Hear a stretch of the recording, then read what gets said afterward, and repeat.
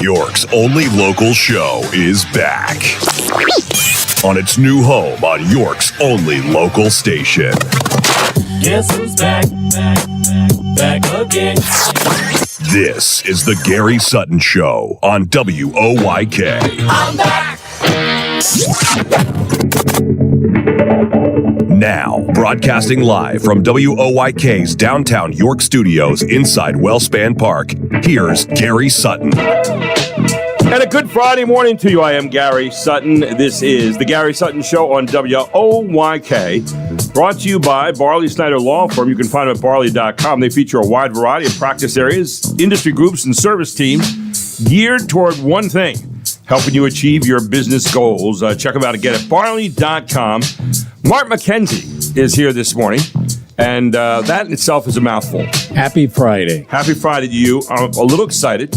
It's, it actually feels good this morning outside. Yeah, 63 degrees here on Brooks Robinson Plaza. It's the 20th of June, 2025, and we're moving into a weekend where today is the beginning of summer, right? Tonight, longest day of the year. Yes. Longest day of the year, and we thought it was every other day because we did this show, but no, it's today.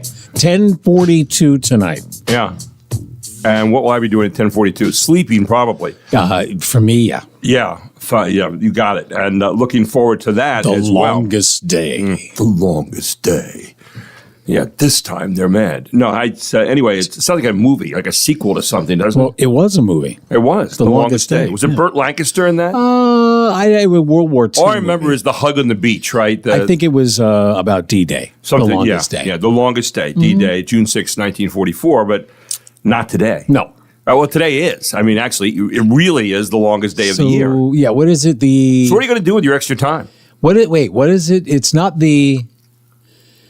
It's not the equinox. Why did you do this? Why did you even go here?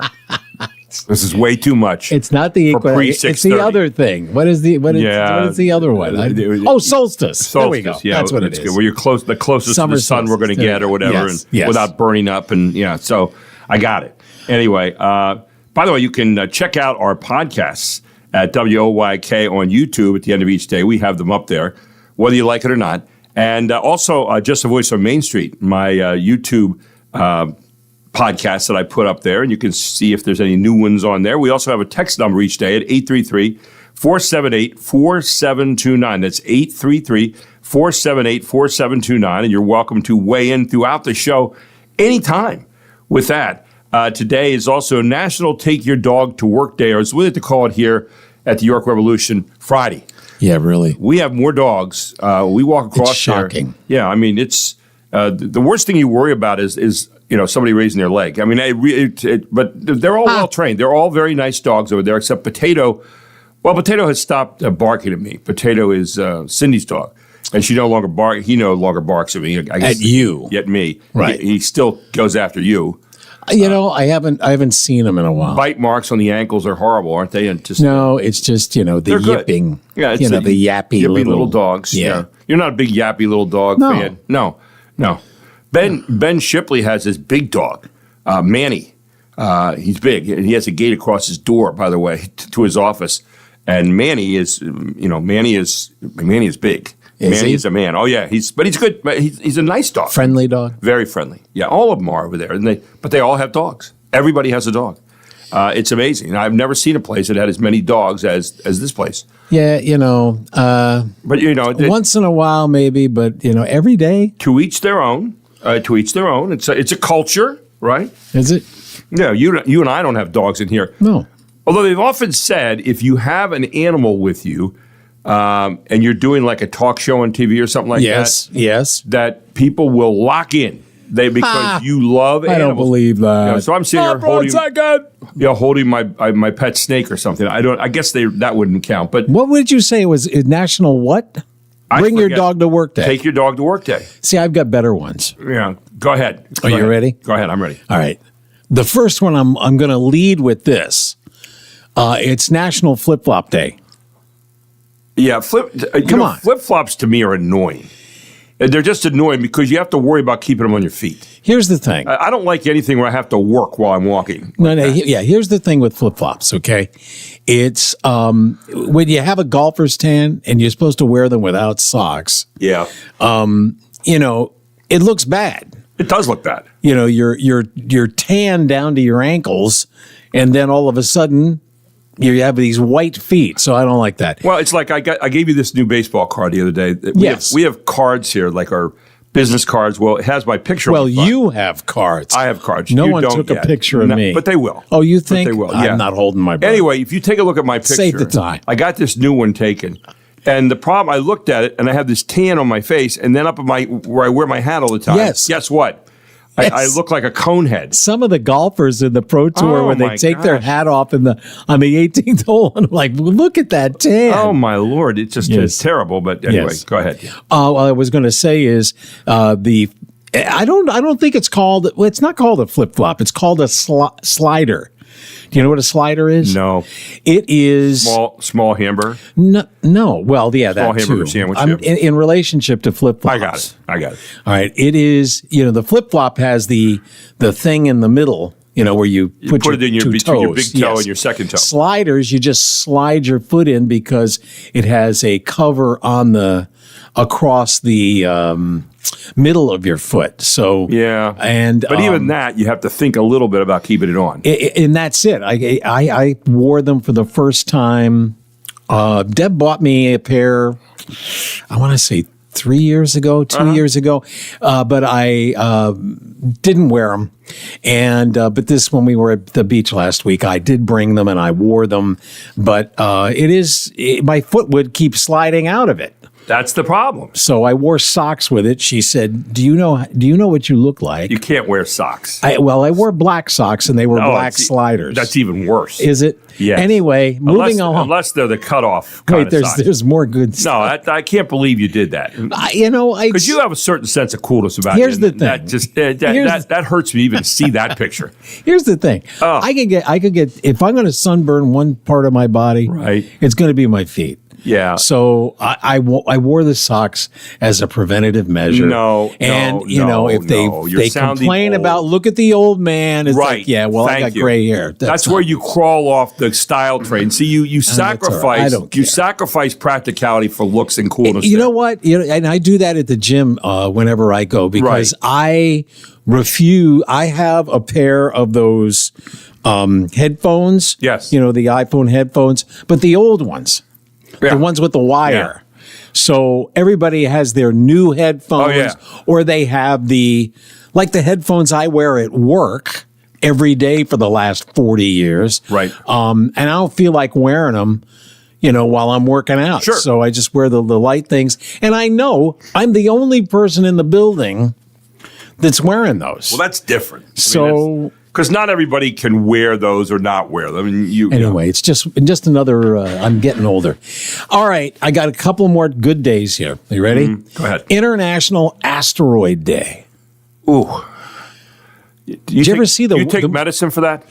No, not that. Oh, wrong one. Did you ever see the movie When Worlds Collide? It's kind of a fun movie. Yeah. Because I haven't seen it, no. Yeah, you should. You want to watch a fun 50s disaster. Right. Watch that, especially the end. A spoil. Well, no. Have you ever thought that hemorrhoids, a better name for that would be asteroids? No. I mean, I'm just saying, it doesn't fit better. I knew you'd go there. I just did, because it was just it just seemed like a natural. Now, today is the longest day. It's the first day of summer, but this particular day that I'm going to mention. Did we mention it's the longest day of the year? It happens twice a year. You're realizing that right now during the show. It's the longest show of the year, too, probably. Probably. Yeah, really. It already feels that way. Oh, my goodness. It's this day, this signified day, happens today and also on the opposite end, December 21st. I know. So this is... this is the good one. Yes, but... This day is good, I guess. Yeah, it's good for both. And it is Global Orgasm Day. Global Orgasm Day. Yes. I'm not even going to... I don't know what you say about that. No? What should everybody be doing on this day?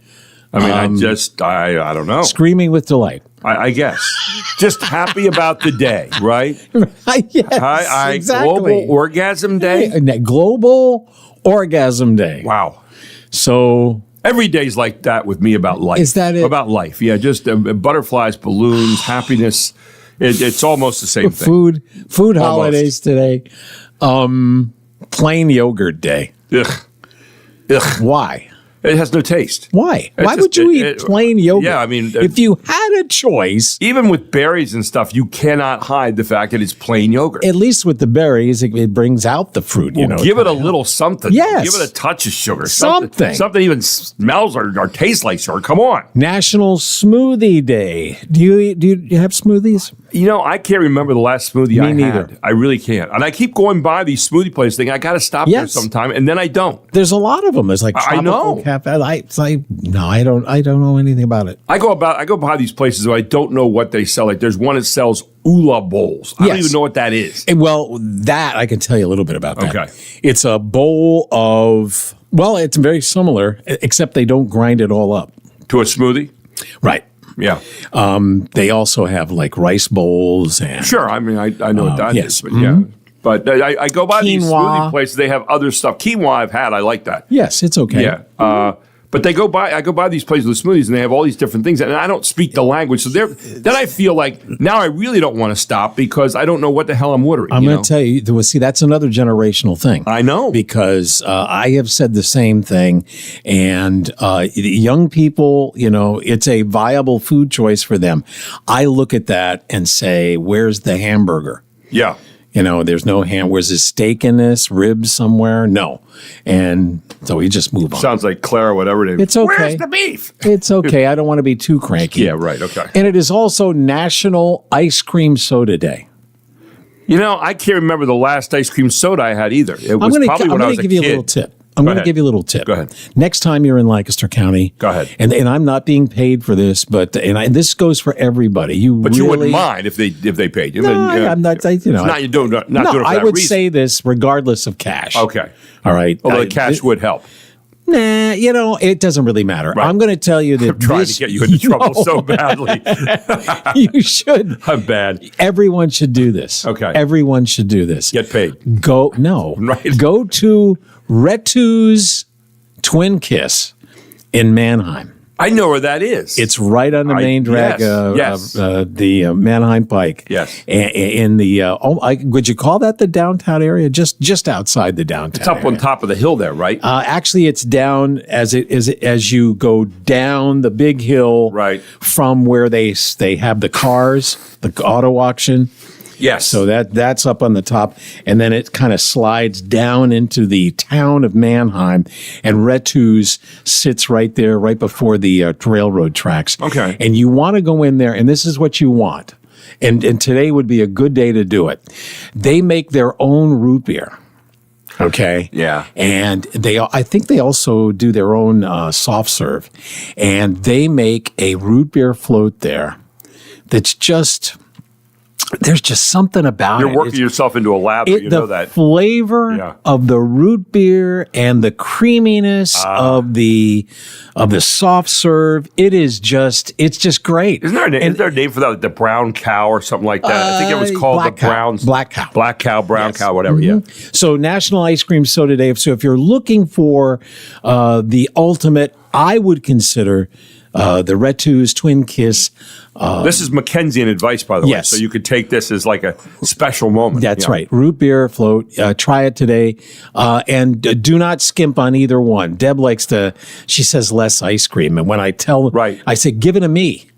Now, you can't say less ice cream on that. I know. That's part of it, but she loves their. And we love Deb. I mean, she's, it's just a classy. really sweet and, root beery. But the ice cream kind of tempers the sweet. It gives you that cream. Matter of fact, the best gulp is the last gulp. Right. Because it's got all the ice cream kind of melted into it. You get that one little lump of ice cream at the end that kind of just hits you. And wish I had one. You're going to be there today. Yeah. Wish I had one. Yeah, you could get paid for it. So anyway. When we come back. Hey, the Revs played yesterday. What happened? We'll get into some of that. And also, we'll talk a little bit about the longest day of the year and some of the things that we like to do for summer and some of the things that we lie about. All here on the Gary Sutton Show on WOYK. Back after this.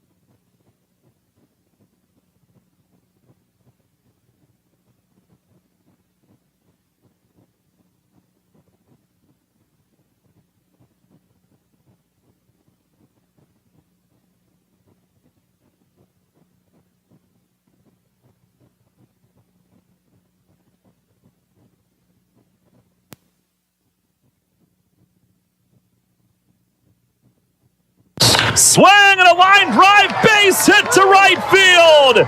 Miller scores, a roadshow on his way to third. It's cut off by the track. It's a single for Frankie, but they keep on coming.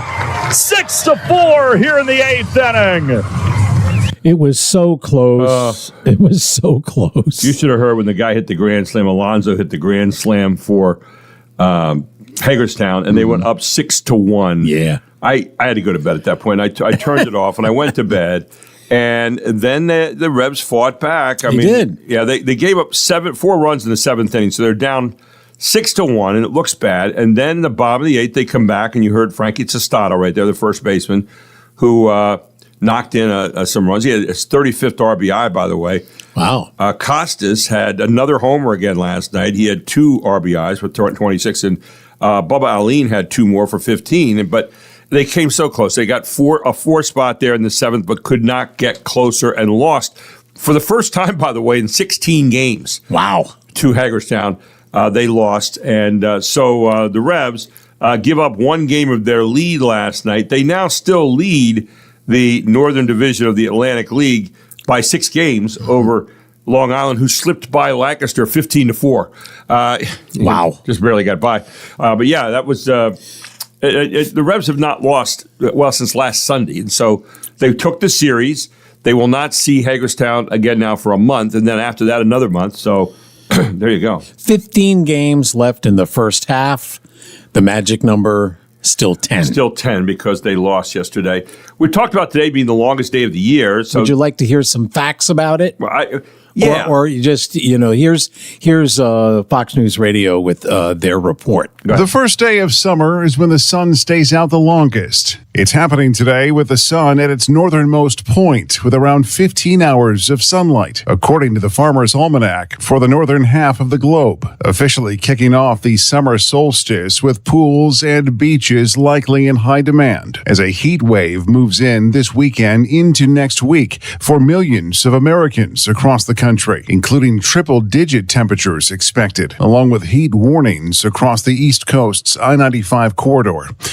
Jeff Manasso, Fox News. And it's also, by the way, sadly, the shortest night of the year, which, if it's the longest day, it's got to be the shortest night. I mean, something's got to give. But, does anybody, 10:42 tonight is when this happens. So is there anybody that goes out and they take their first dip in the pool, or they have a backyard barbecue at 10:42, or an evening walk at 10:42, or whatever? So whatever you decide, just don't waste it and miss it, because after this weekend, the days start getting shorter. I mean, it's all downhill. Yeah, it's kind of depressing when you think about it like that. I mean, this is as good as it gets right here. And so what I do is I think back on the shortest day. Right. What was I doing? It was right before Christmas. Getting ready for the holidays. Yeah, everybody kind of in a good mood generally. It's actually a happier day when you think about it. It could be. It could be. This time, it's all about the weather. Really, it's all about the weather. Back, December 21st. It isn't as much about the weather. Well, it does feel like summer across a lot of the U.S. right now, and here are a few summer plot lines that I saw this group tracking this morning. Most of the country is under a brutal heat dome right now, and that's when the atmosphere traps hot air within a specific region. Often with little cloud cover or wind is expected to extend into much of next week in a lot of places. We are actually, if you heard the weather forecast for our area, York is in a extreme heat watch. Right. Sunday, Monday, Tuesday, and Wednesday. Here's something that you're going to love. Kroger is celebrating the start of summer by giving away 92,000 free pints of ice cream. 92,000 because there are 92 days of summer. You can download a coupon while supplies last at freekrogericecream.com. I don't know how good Kroger ice cream is, but it's ice cream. I mean, even better. Let's be article. Yeah. A writer for thecut.com did a big article on pit stains and how she's just a very sweaty person in general. She always been embarrassed by it, but Wait, who? Pit stains. She's a writer for thecut.com. I got it. She said she's always been embarrassed by it, but she says she's embracing her pit stains this summer. She says no more preventative measures, no more embarrassment. Bring on the sweat, baby. I have a guy that I play pickleball with, and he sweats profusely. And I feel bad sometimes because I don't sweat a lot. Yeah. So, Here's a happy story.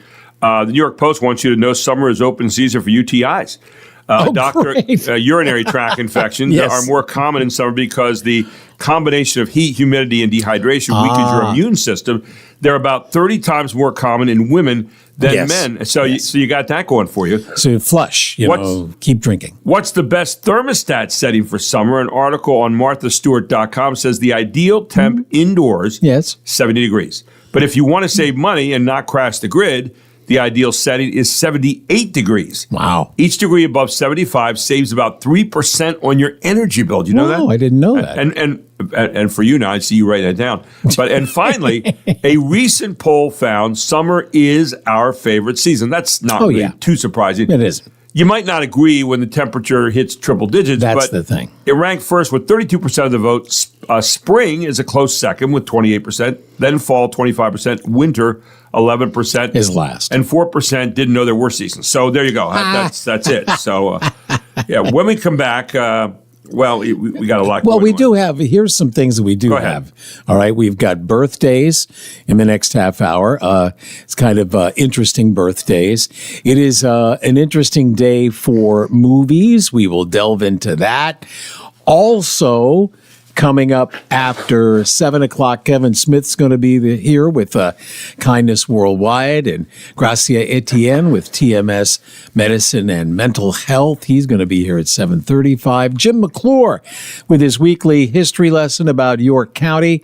He'll be in here at 8:05, and at 8:35, if the gods grant us an audience. Yes. It will be Dr. Nick Pandalidis, but coming up after when we make our weekly trek to the Mount Olympus of information. Yeah, really. Yes. Hey, I like it. If you just picture Gary and I kind of genuflecting to the statue.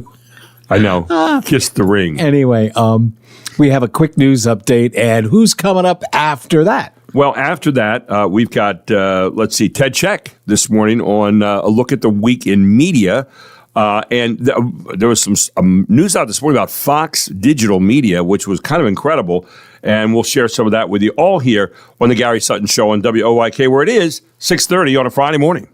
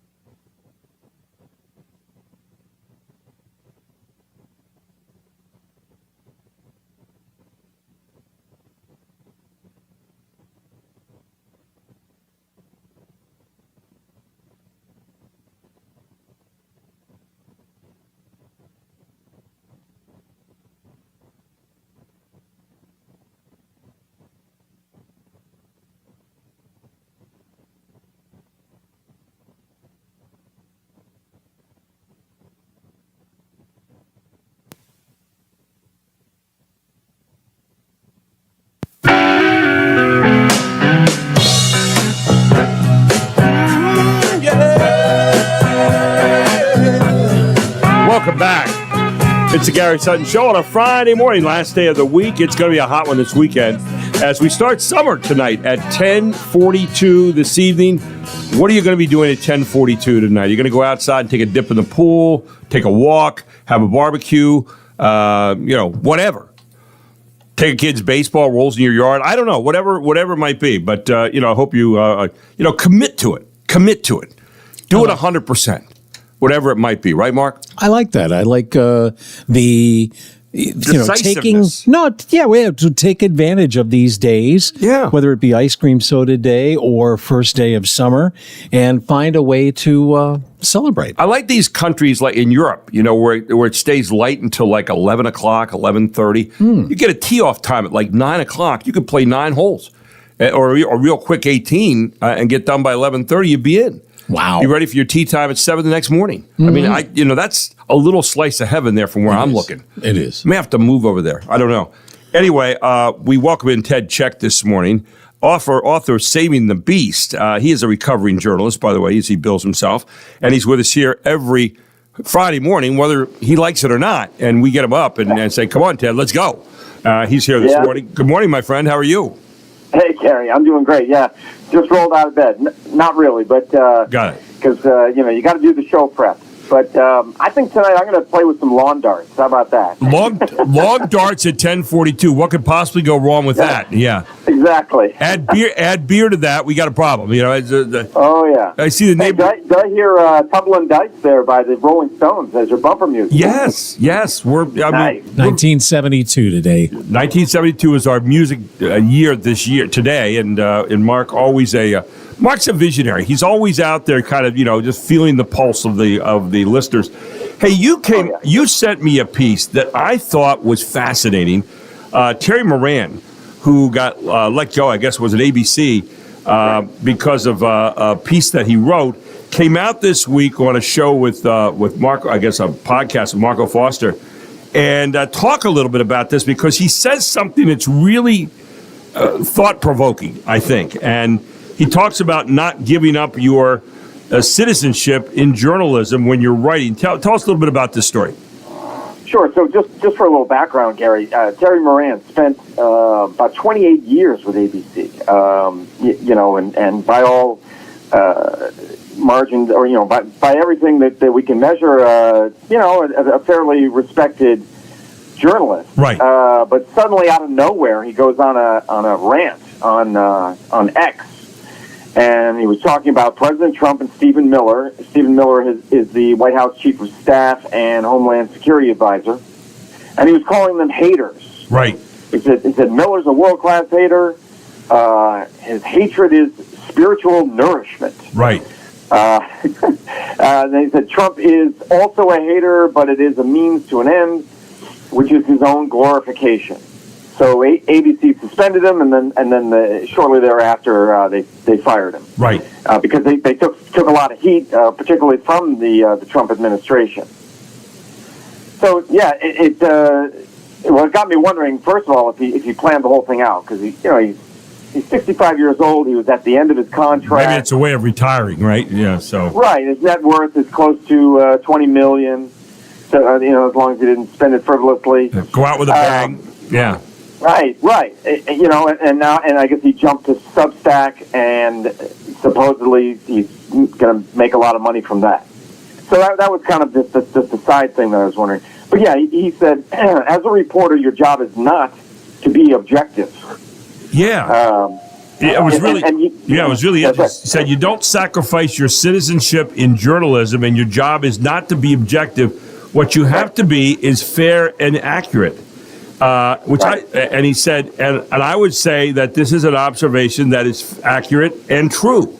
So I like what he said in that he gave a point that he stood by here. This is why I made the statement that I made about Stephen Miller, that it's not so much that I have to be objective, I just have to be fair and accurate.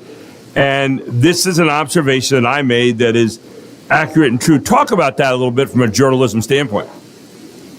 Right. So, the short answer is I disagree with him. And it's what I talk about at length in my book. So objectivity is one of the, in my view, it's one of the pillars of true journalism, along with being accurate, being fair, being professional. It's one of them. So you can't take one of the pillars away. And I guess he's parsing out saying, you're still a citizen, so you should be able to be a citizen and express your opinion while being a journalist. And I disagree with that. My contention is that your opinions are for the opinion page in the newspaper, or for if you're on cable TV news or whatever, you can have a segment where you say, "Hey, this is my opinion." But if you're gonna talk about the news, you got to take off your citizen hat just for a moment and be professional and play it straight down the middle as much as is humanly possible. And lay out all of the sides of a story, and then let your readership or your viewership decide from there. As you were talking about this, I was listening to Mark, and I've had this discussion over the years. And when Mark did news on our other station all the time, he was always right. Just here's what it is. Here's the news. Boom. Right. And he'd give it to you. All right. And you go, okay, well, that's objective. That's, here's what happened, the who, what, when, where, why, and how kind of thing. Okay. I'm on the side of where I have to try to be accurate, which I take as a personal responsibility. If I'm wrong, I want to be able to be man enough to admit I'm wrong, or if I'm corrected. However, I also have the op-ed side where I can give an opinion on that. And in that situation, I think Moran's got a point. At that point, you do have the right to say something. You're trying to be fair and accurate in your opinion, but it's based on the facts of the matter. So you kind of have a combination of the two. People think, oh, I'm an op-ed, and therefore people kind of think to themselves, well, I can say just anything I want to. No, you can't. The idea is to somehow base it on some facts and to be accurate even while you're giving an opinion, isn't it? I mean, it's not just throw caution to the sky and take off and say anything you want to. I guess you can do that, but is that a responsible way of doing an op-ed or a responsible piece of journalism? I don't know. Well, yeah. The thing is with me is that if you're going to state your opinion like Moran did on a public forum like X, you've got to expect that those opinions then could possibly bleed over into your professional career. And that's what ABC, I think, was worried about. They disagreed. They said, quote, we hold all of our reporters to the highest standards of objectivity. They actually used the word objectivity, fairness, and professionalism. So the way I see it is, you can have your opinions all you want, but save them for the bar. Save them for when you're having drinks with your friends. Right. Don't put them on on social media. Well, that's the point. That when you've chosen that career, and like I think about Walter Cronkite. Walter Cronkite, when he's I read later on some of his opinions and stuff on different things, but you never knew it. When he reported the news, man, I'll tell you what, if Walter Cronkite was speaking, you were listening. Because he had a great ability to report the news. And I can even remember when Kennedy was assassinated, he's sitting there and he starts to talk. And you can see he takes his glasses off. He's kind of emotional about it. And then all of a sudden he kind of goes and gets himself back into being Walter Cronkite. And I got to report the news right here at a tough moment. Boom. And it wasn't like, I'm really sad, this is hard. And you knew he was. I mean, you knew that he was like everybody else. He was hurting because the president had just been assassinated. But now he's got, okay, now I got to go back to my job. My job is to be the reporter of record here and make sure I'm saying what is actually happening and doing my part. So that, to me, he understood exactly what was going on, despite the fact that I'm sure he had opinions and feelings like everybody else at that particular moment, right? Yeah, absolutely. So, and I say it in my book, that you take off your citizen hat and you put on your journalist hat. Right. That's the way that I look at it. You can have all, I'd like to think that in my career, if I was assigned a story that, say, I didn't agree with something, the opinions of somebody I was covering or an event, let's just say, that gets set aside. As much as I can humanly do that, I will do that. I did do that. I hope. And, set that aside and just say, look, I'm going to cover this as a professional here. Right. But it's interesting, I was looking into this a little bit more. Even the New York Times had a story. The title was, "What was Terry Moran thinking?" But when you look at the comments in another light, they're not that bad. You could say, "Oh, he's saying they're haters. Wow, big deal." Yeah. But also in this climate, you've got to look at that Trump is president. He wields a lot of power, and ABC didn't want to get on his bad side. I think there is something to be said for that. Yeah, and right or wrong, they're like, well, I guess we can sacrifice this guy. And that can be a danger, too, though. I mean, that can be a danger when you go, okay, well, we're caving in on our principles. If they have principles, you say, I'm caving in my principles to kowtow to the president so I can keep my seat in the room. And you don't want that either, where you want to have – so you walk a really thin line here, but, it's kind of like when you've established yourself as a certain reporter of fact. When you've established yourself as that, you do kind of give up your citizenship publicly in the sense of now when you come out with an opinion, it could infringe upon what you do for a living, which is to report supposedly the facts, right? Just the facts. Yeah, absolutely. Although, now that I think about it, prior to Terry Moran, prior to his firing, he was a bit of a contentious guy with the president, in covering the White House. And it's not that being contentious is necessarily bad because, you have to ask those tough questions. But, the rant that he went on, I guess, what I'm saying is that his rant is really not unexpected. Yeah. But just, I think, ABC, you could look at it as, they were caving. They were caving, and that's not, beneficial in the long run to a news outlet as well. I mean, you don't want to be taking one side over another. Right. You don't want to be, ascribing to a particular ideology, but at the same time, you don't want to be caving to politicians because then, in 3+ years, it's going to be somebody else. Yeah. Then what are you going to do? Yeah, you don't want to be caving to the other ideology either. So, that's why the best place to go is be objective in what you do and say, here's the facts. And when someone comes after you and says, wait a second, you say, here are the facts. I'm not putting my opinion on them. Here are the facts. Here's what happened. Here's what I reported on. Here's what's true. Right. Here's what we know. Boom. And now, whether you're the administration or whether you're people on the other side of the fence, you can't really dispute that. You can just say, the guy just reported the facts. What can we do? That's why when you had a guy like Cronkite, for example, he was so good. Because what are you going to do? He's out there saying, here are the numbers. Here's the facts.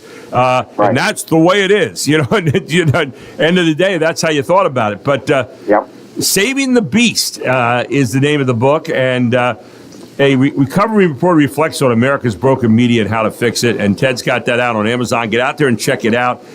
Paperback, it's $19.99. Kindle, it's $9.99. Available instantly right now. I'd go get it on Kindle. That's where I found it. And I'll tell you what, just a great book. Read it and read about the media, and at least it gives you something to think about and mull over.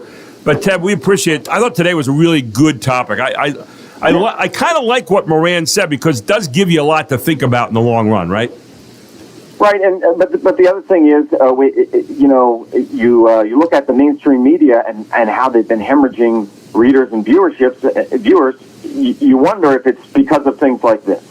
You just, has the media overstepped its bounds and people have had it? I don't know. I think maybe it's another example of that. Yeah, possibly. Great stuff. Hey, I look forward to talking to you actually next Friday. Aaron will be talking to you, Aaron Anderson, but we will have you on, and we're looking forward to it. Have a great rest of the week, and enjoy your first day of summer, okay? Sounds great, Gary. Thank you. Take care, my friend. Ted Check here on the Gary Sutton Show on WOYK. When we come back, Mark's got some news under the radar for you and other stuff. All here on a Friday morning. You don't want to miss any of it. It's the Gary Sutton Show. It's the main street of York, and it's here on WOYK 98.9 FM and 1350 WOYK AM.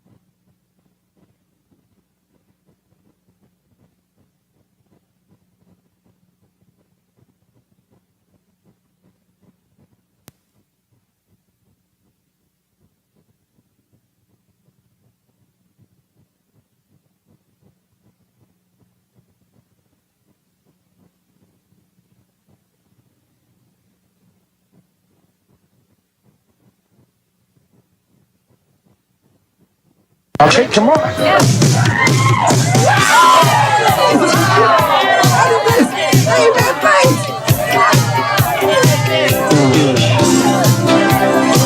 Love this song.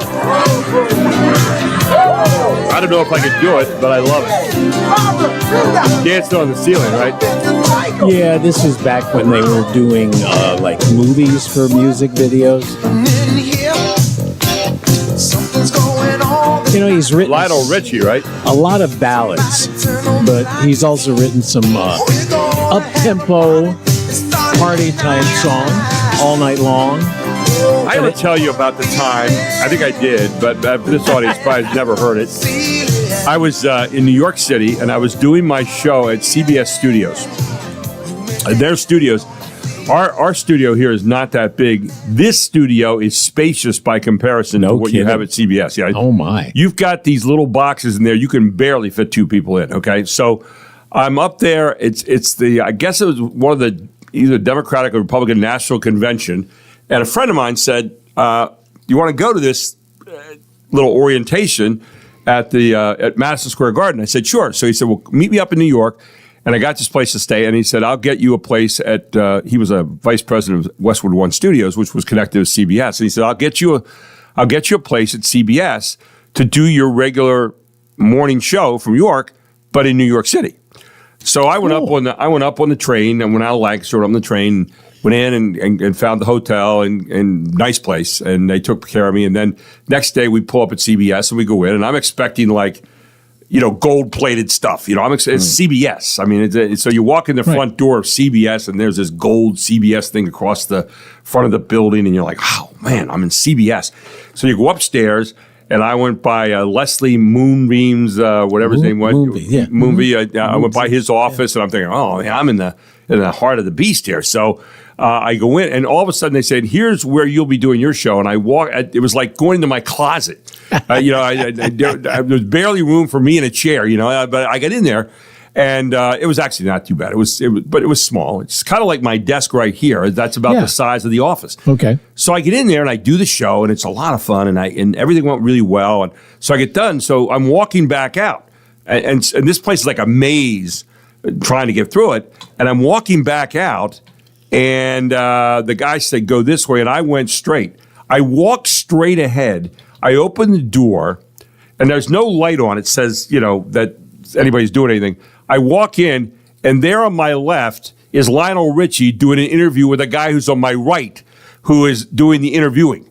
And I am standing in between him, walking in I did like, it was the smoothest pirouette you ever saw, Mark. I went in, I never stopped. I said, oh my God, I'm in the wrong place, and turned around.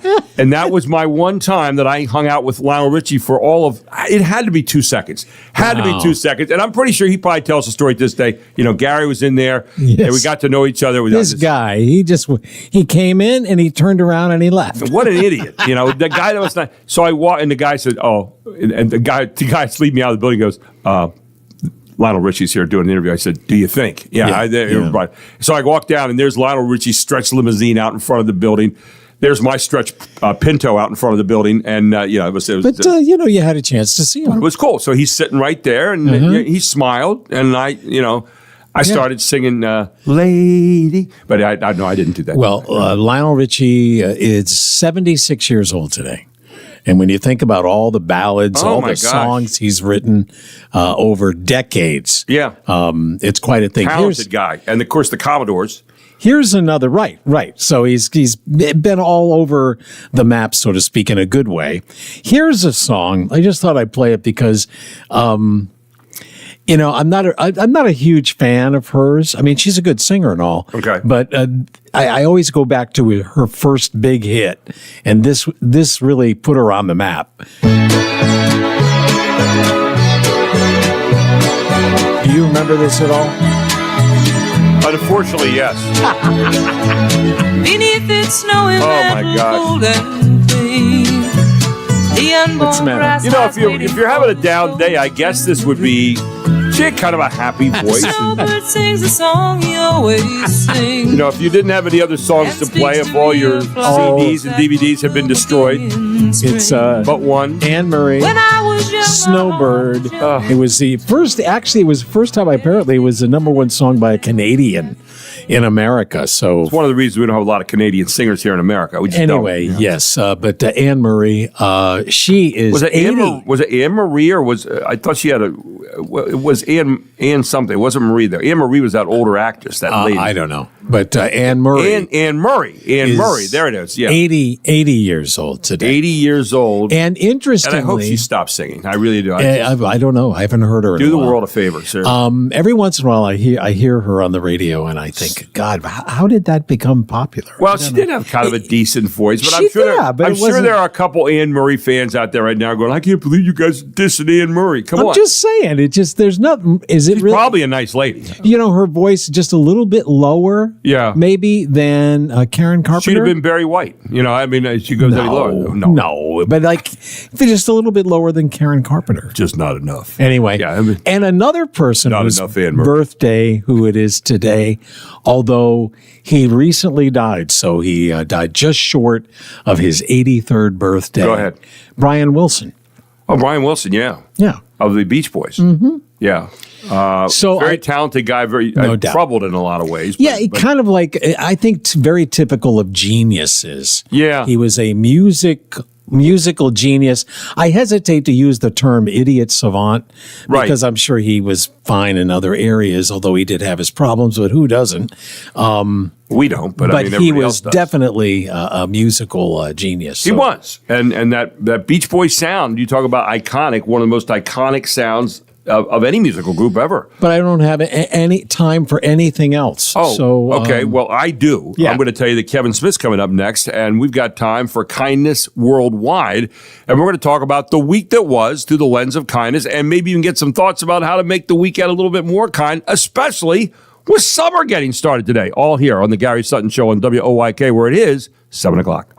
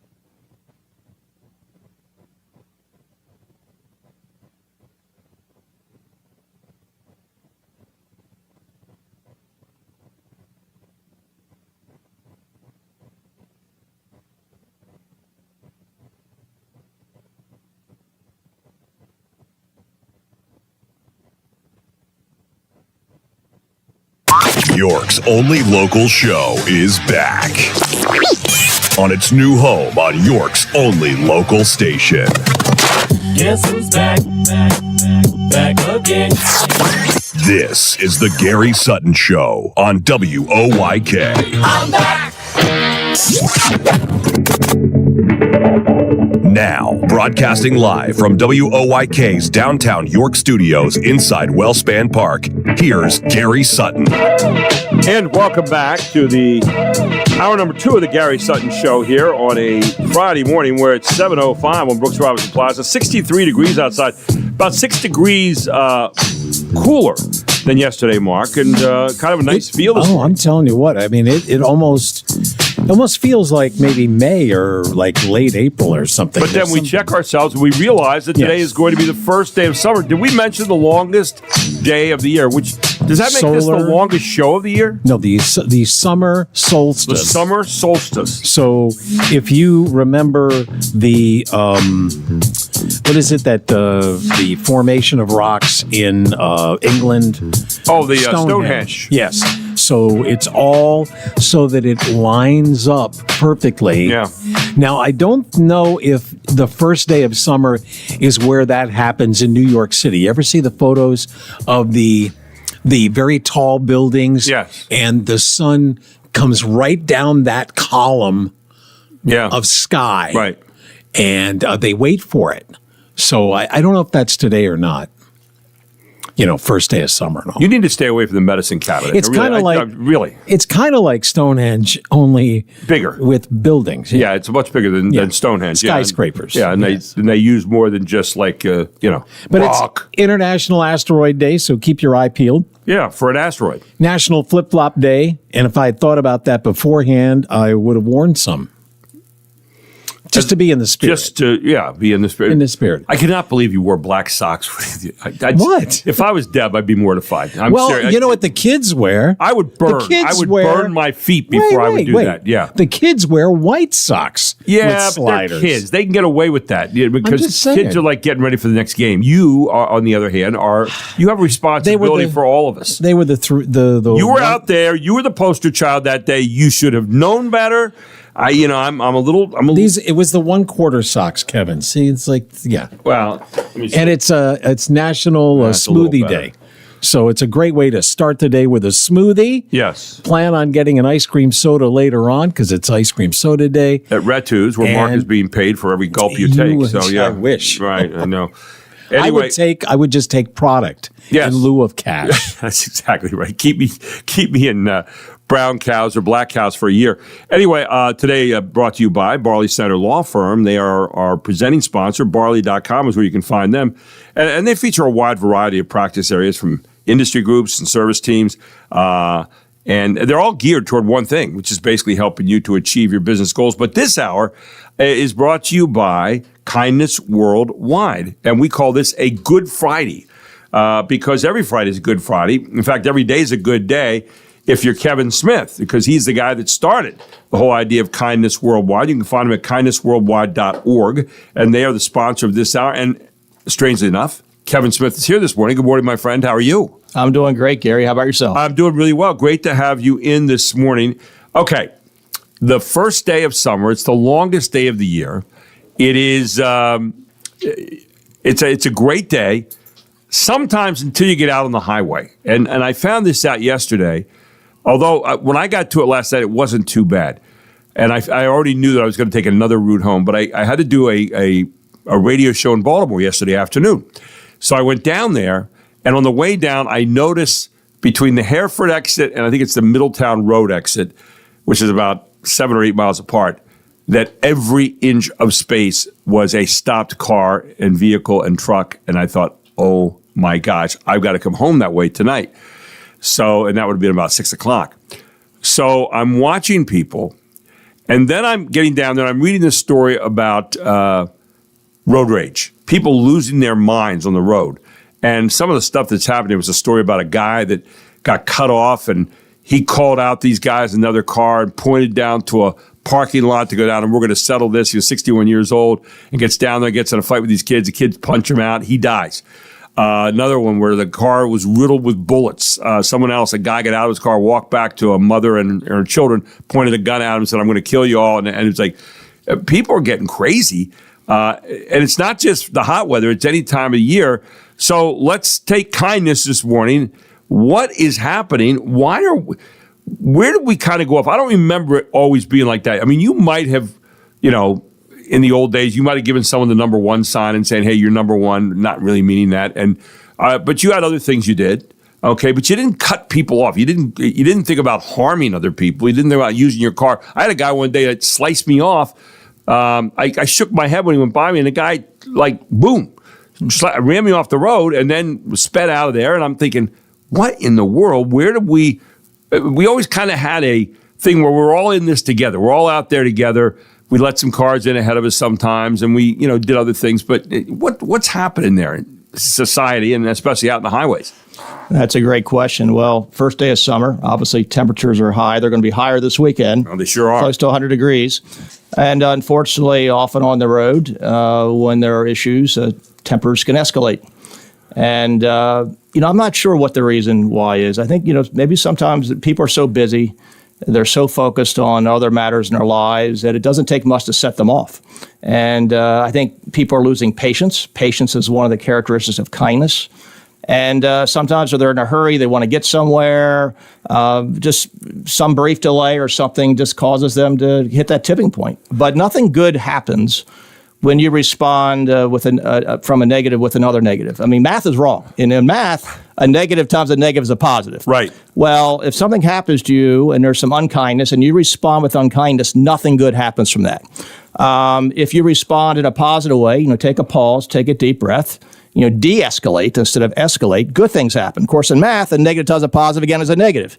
But when you respond with, being positive, just take a deep breath, take a pause, and try to defuse a situation instead of escalate. Only good things happen when you can do that. Not easy, but that's really what we should focus on. No, I agree with you. I think anything we can de-escalate with. And I wonder sometimes if we've gotten to a point where we don't really pass along how we play well with others in the different societies we're in. When I'm out in the golf course, I'm in a society out there of people.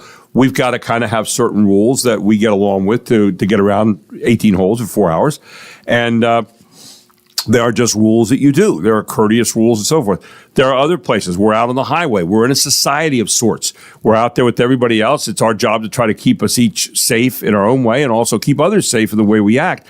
When we go into a grocery store, when we go into a church, when we go into any kind of public place, we're in a society of sorts where we need to somehow count on each other to understand that there's a certain set of rules, written and unwritten, that we kind of have to follow. So sometimes I worry that maybe we are not transmitting that on to other people, to our younger generation, that there are these sets of rules that we need to follow and that there are certain sets of mores and unwritten things that we need to do. Your thoughts? Well, respect is another characteristic of kindness and civility. And I agree. I think we're losing that along the way for some reason. And I do think it's important that we lead by our example. Children are always watching. They're looking to others, whether we realize it or not. And all it takes is a one-off moment or a bad moment, and a child can pick up on that. And so I think all of us in our own way, need to be cognizant of others always watching, and whether we are setting a good example to be proud of or something we're later going to regret. And it's just being mindful of those situations and just trying to be the best version of ourselves we can be, in every moment, every day. Again, not always easy. We all have our moments.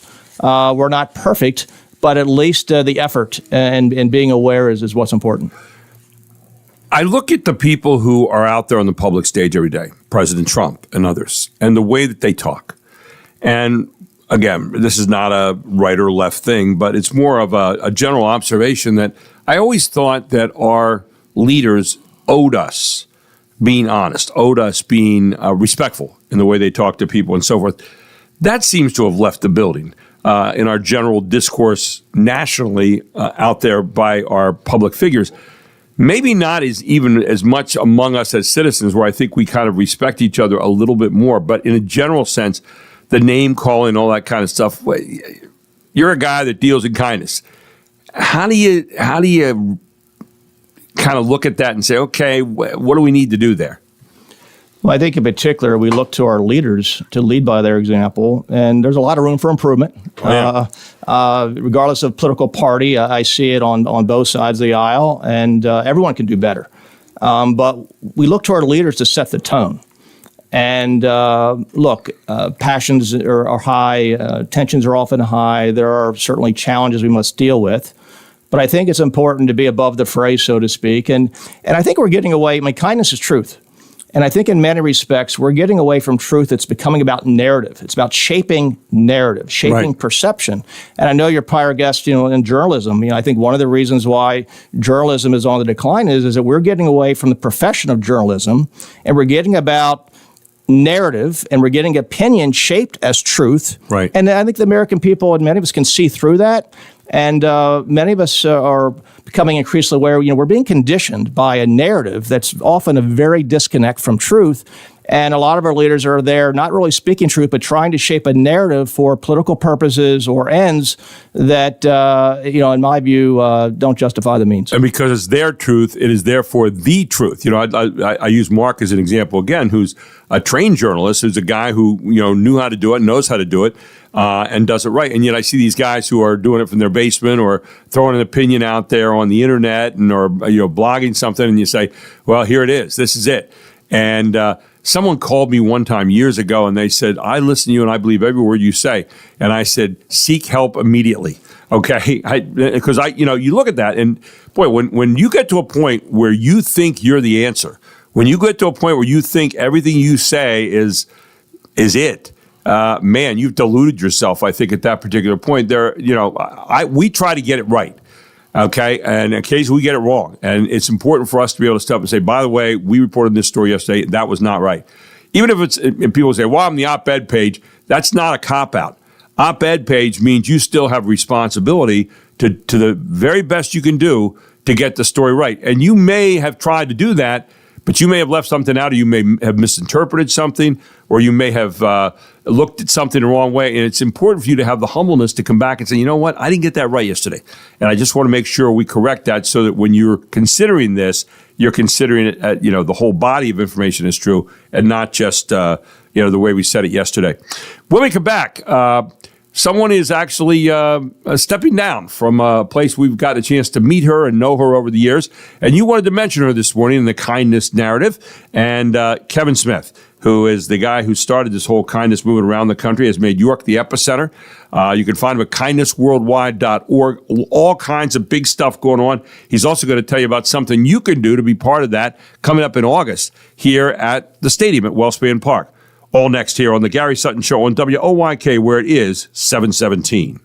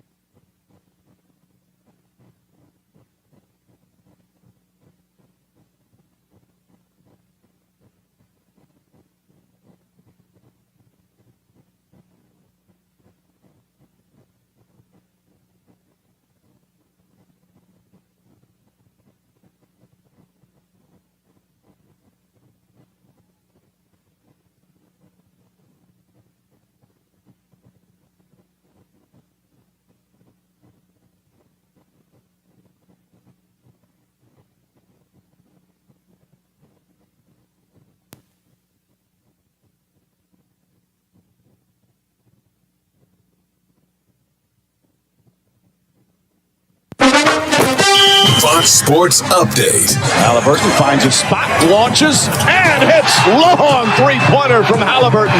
Siakam falling away, puts it in at the buzzer. On ABC, dominant first half of the Game 6 of the NBA Finals last night in Indianapolis for the home team. The Pacers, who missed the first 8 shots against the Thunder, built a 3-point lead after one quarter and were up 22 points at halftime after Pascal Siakam nailed a shot at the buzzer. Then, to close the third quarter, O'Connell whips it out. Toppin tries again. Got it, Nimhard. Shepard just gets it off. It's good! It's good at the buzzer! On ABC, Ben Shepard's shot to close the third quarter gave the Pacers a 30-point lead over the Thunder, entering the final 12 minutes.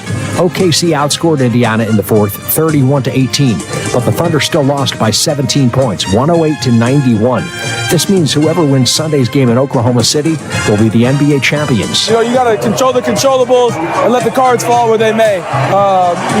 It's a one-game series now, and man, we believe. You know, we got a lot of faith in this group. So take care of our bodies, get ready, and Game 7 NBA Finals. What more can you ask for? Tyrese Halliburton with ABC after he scored 14 points playing with a strained calf muscle.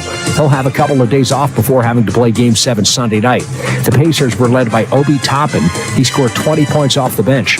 Pascal Siakam had 16 points and 13 rebounds. Oklahoma City was led by Shai Gilgeous-Alexander with 20 points. The Thunder with a perfect 6-0 record in playoff games this year, immediately following a loss. Soccer, United States men's national team advanced to the quarterfinals of the CONCACAF Gold Cup with a 1-0 win over Saudi Arabia. Next game in the group stage Sunday against Haiti. You can download the Fox Sports Podcast on Apple, Spotify, or wherever you download your favorite podcasts. I'm Jared Max. Get more on the Fox Sports app and foxsports.com. And, of course, the Rebs losing 6-5 last night. They were down 6-1, fought their way back. 4th spot in the 8th inning, but not quite enough. First time they have lost to Hagerstown in 16 games. They had won 15 in a row, and so they lose to Hagerstown 6-5 last night. Tonight, they're in Staten Island to face the Ferry Hawks.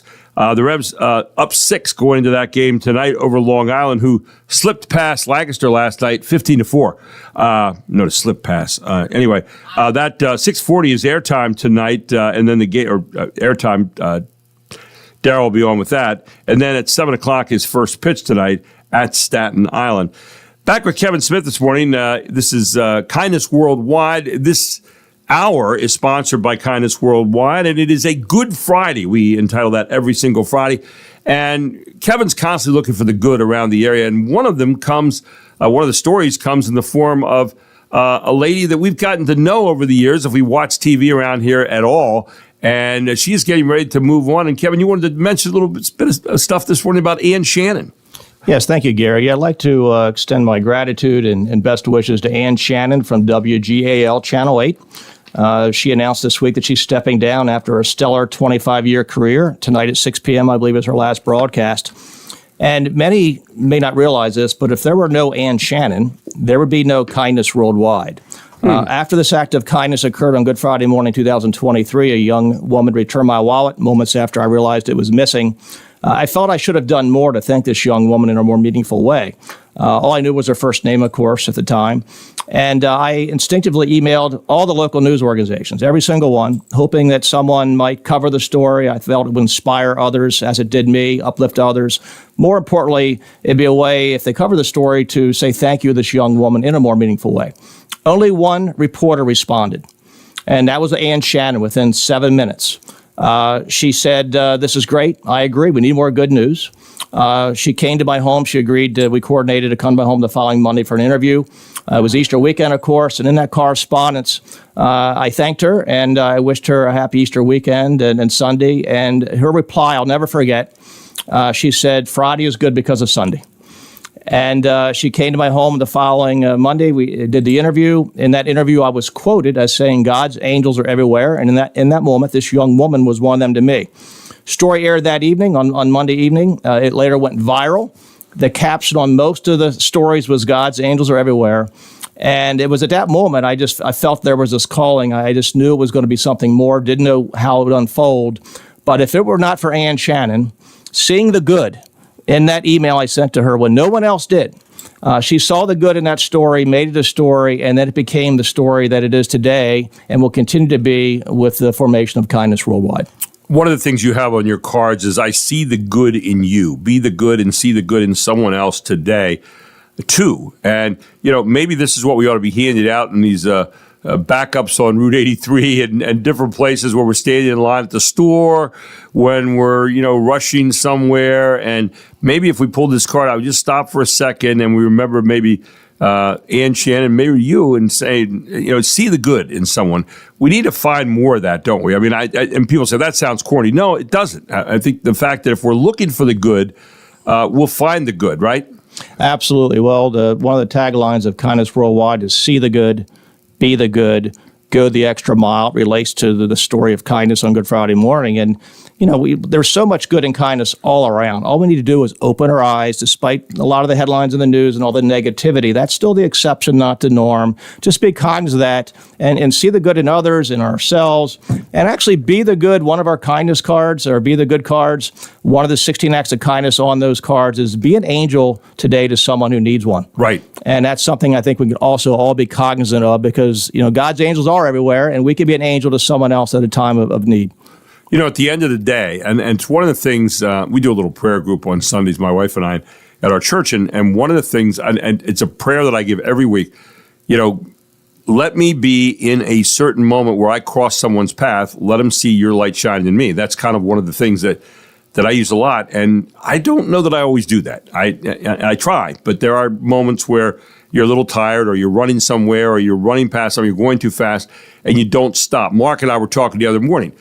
We had a guy step out here in the morning who kind of frightened us a little bit and needed help. And we wrestled with the idea we had to run in here and do our show, or do we go out and help this guy find some glasses out, somewhere? And did he really lose them? Were we getting bilked? Was someone waiting around the corner to jump us? You get into those situations all the time, and it's tough. You want to be kind, and yet at the same time, you can't be totally stupid. And so you got to find a happy ground somewhere in between there. Jeff Coleman, who was on with us, said, hey, maybe what you should have done was say, what's your name?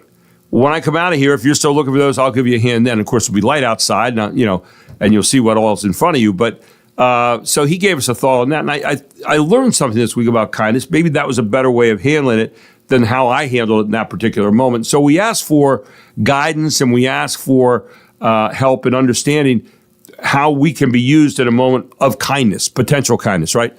Well, what you just referenced is very important, and you just referenced self-awareness. Looking back and learning from how we handle certain situations, maybe how we can learn from them, how we can be better next time. But look, we're all human. We're not going to be on our game all the time. And it's important to forgive ourselves when we have those off moments, because forgiveness is also a characteristic of kindness. And sometimes we can be our own worst critics. But I think learning from those experiences, just trying to be better, trying to be the reason someone believes in the goodness of people, in every moment of every day, every interaction. Again, that's the goal. That's the ideal. Not always possible. We're going to have our moments, but it's in the effort and it's in the heart that matters. But self-awareness is very key and very critical, and which you just referenced, and so I commend you for that. We want everybody to have a Good Friday, which is what today is all about, a Good Friday. We do this every Friday. What tip would you give people this weekend? Are we headed to summer? Today's the longest day of the year. We're getting ready for summer. What would you tell people, Kevin, in terms of the framework of kindness and maybe going forward this weekend and on into next week as we head into summer? Well, we talked about road rage earlier, and of course it's summer. It's going to be 96 degrees on Sunday. And so when everything is like simmering beneath the surface and it's getting hot, just try to cool things down a little bit, de-escalate. And, kind of getting back to the theme I alluded to earlier with Ann Shannon, just really try to be an angel to someone today who needs one. And this weekend, there's always someone, and there's more to the story often than we don't know. Just reach out, say hello, be present, be kind, and be that reason someone believes in the goodness of people. This hour being brought to you by Kindness Worldwide. Kevin Smith, the guy who got this all started just by an act of kindness a few years ago on a Good Friday. And he makes every Friday a Good Friday when he stops by here each week. Kevin, thanks so much. Have a great week. We'll see you on Monday morning. Looking forward to it, Gary. Have a wonderful weekend. Thanks so much. Kevin Smith, Kindness Worldwide. Check out kindnessworldwide.org, the sponsor of this hour here on the Gary Sutton Show. When we come back, Gracie Etienne, Dr. Gracie Etienne, has been an orthopedic surgeon for a long time. Well, now he is with York TMS, but he talks about our wellness. How are we doing that way? And we head into summer. How can we make our wellness a little bit better as we move forward into the favorite time of year, if you read any of the polls, which is summertime? All here on the Gary Sutton Show, where it is 7:30.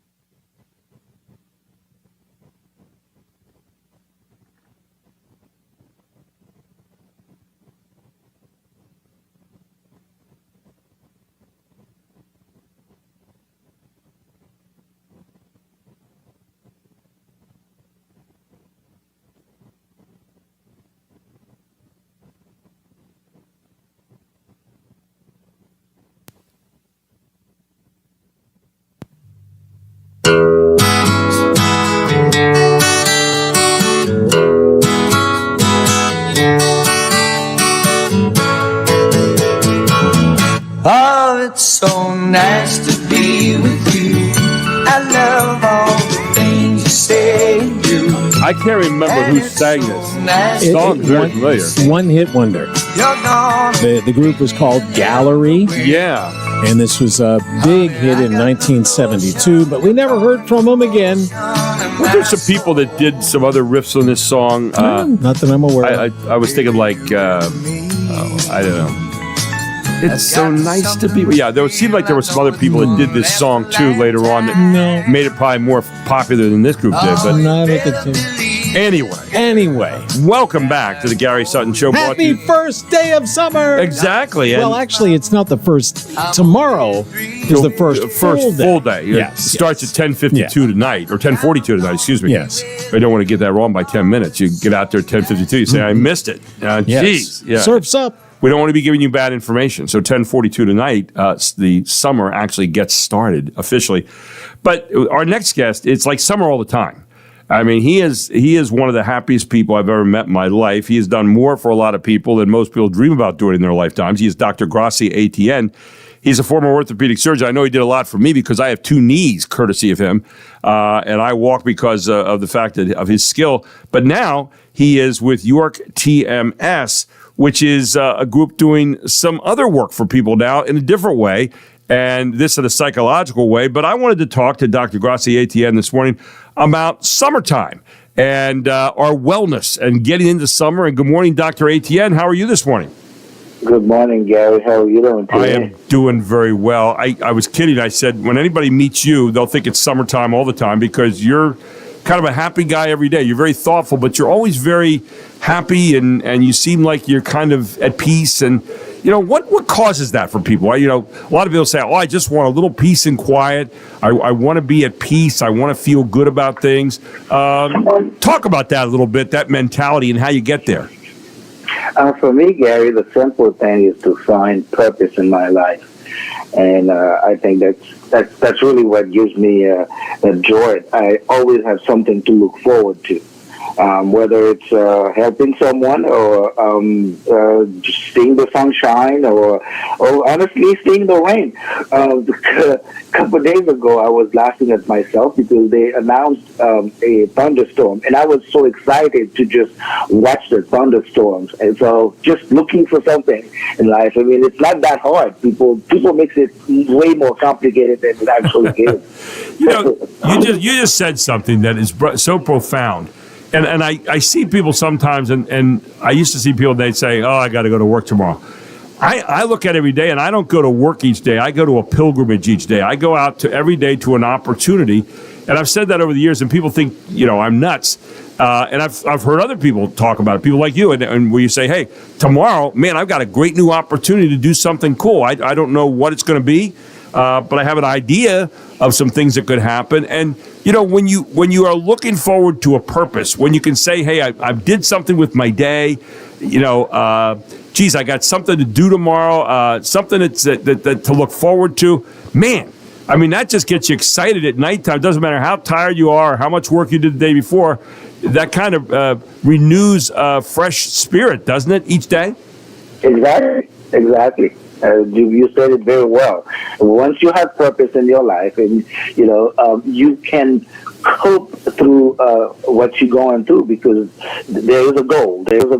It's like the journey is not the destination, so you can keep going through it because you know that tomorrow.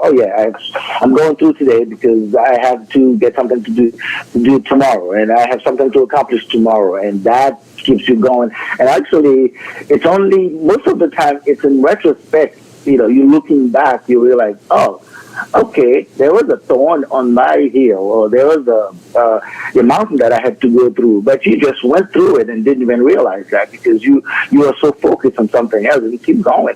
And you can make that, and you don't have to do it. And that's probably what I just said is probably true to everyone, but I think people complicate it and looking for major goals, and that's what really gets them in trouble because you're not looking for the little small steps. I mean, you know the proverb, how do you eat an elephant? One bite at a time. So just take it, just small little purposes. Just like I said earlier, looking for a good day, even a hard day, and just see, okay, I'm going to see how I'm going to go through this day today. That's the purpose. And it's not faking it. It's just really finding some good ways to actually go through life because life will happen whether or not you want it. Sometimes in life, as we try to work on our wellness and how we approach our days and finding opportunity around the next corner or seeing the good,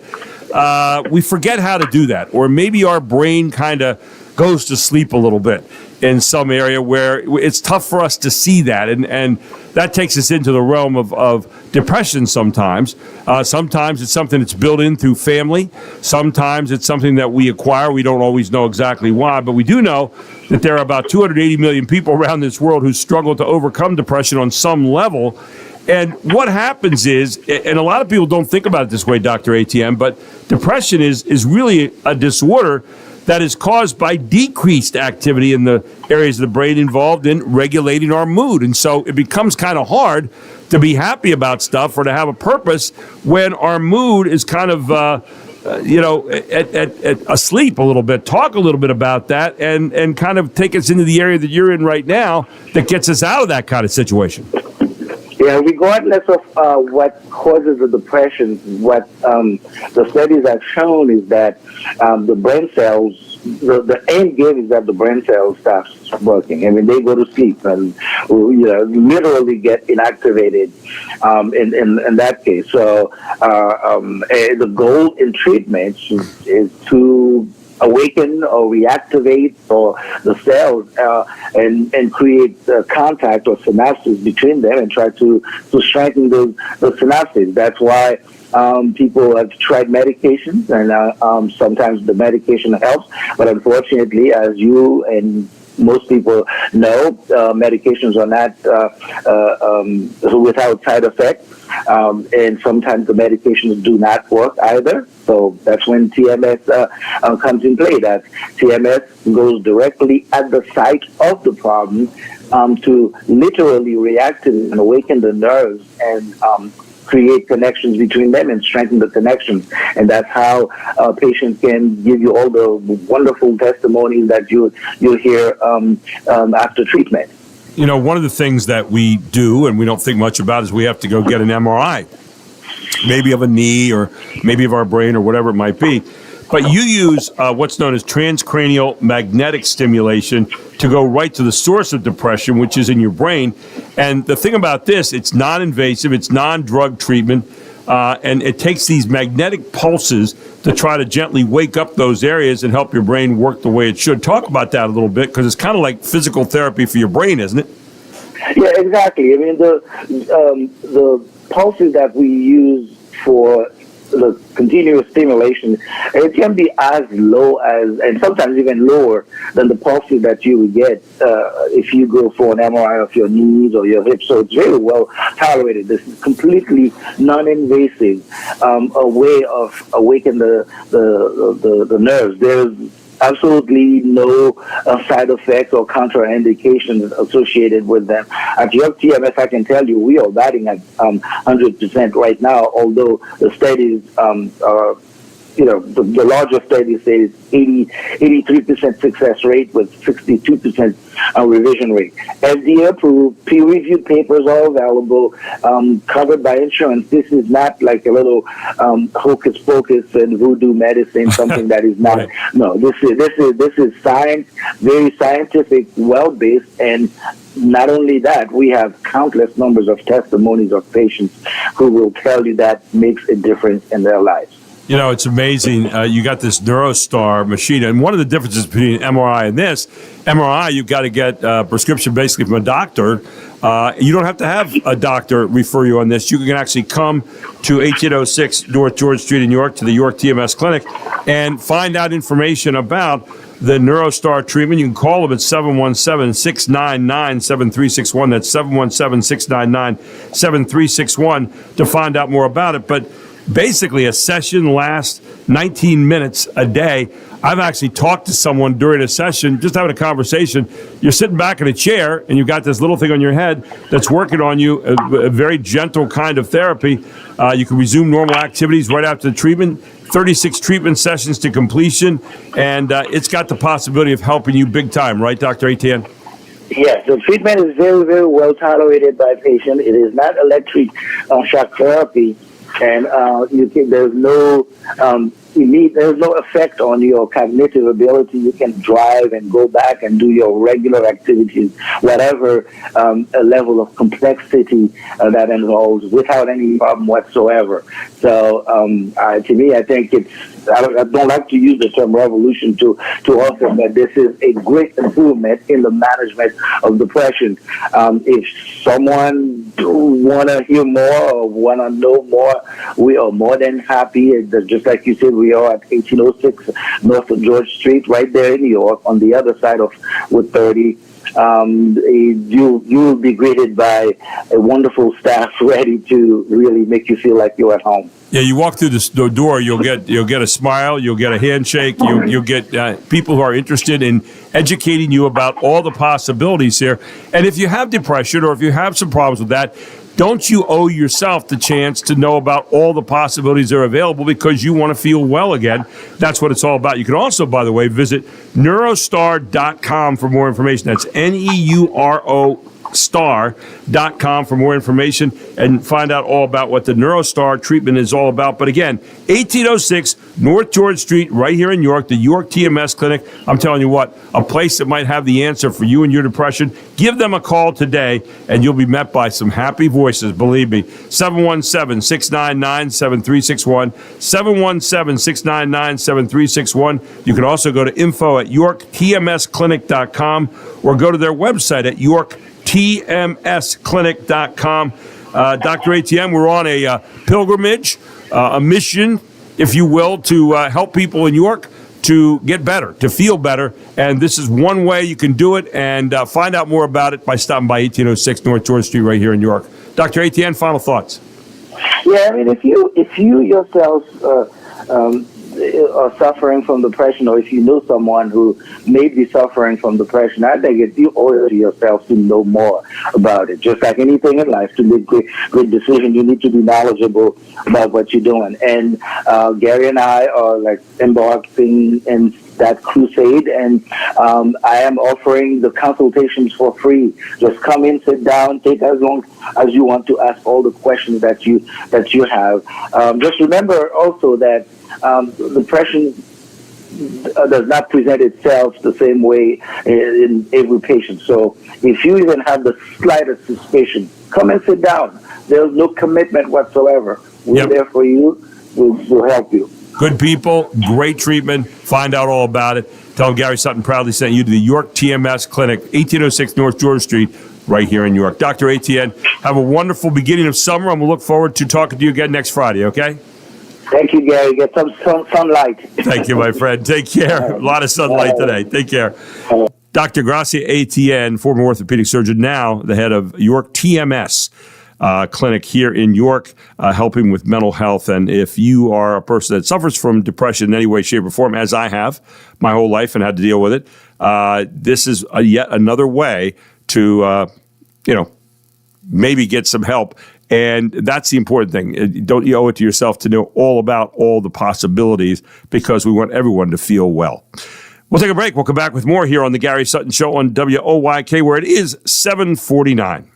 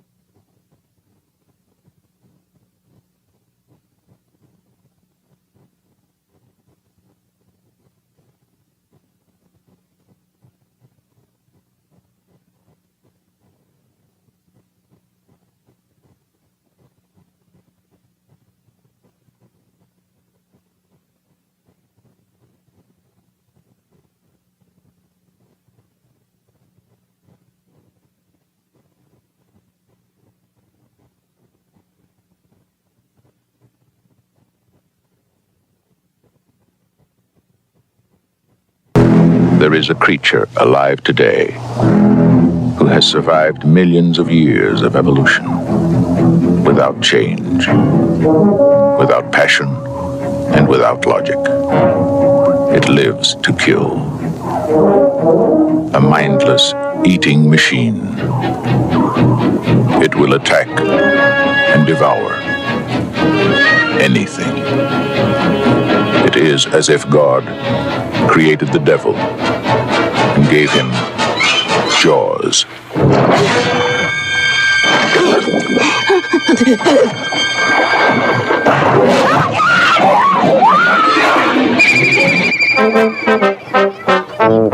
This is Universal's extraordinary motion picture version of Peter Benchley's best-selling novel, Jaws. I just found out that a girl got killed here last week, and you knew it. You knew there was a shark out there. You knew it was dangerous, but you let people go swimming anyway. Did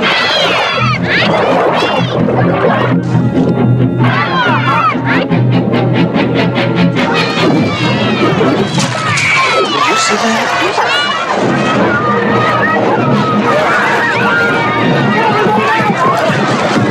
It's all psychological. You yell barracuda. Everybody says, huh? What? You yell shark. We've got a panic on our hands on the 4th of July.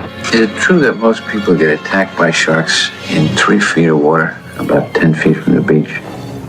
Yeah.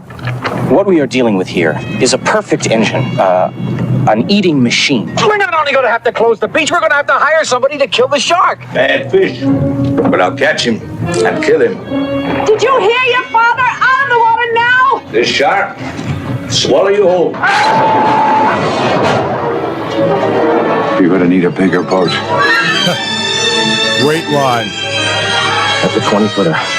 25. 3 tons on him.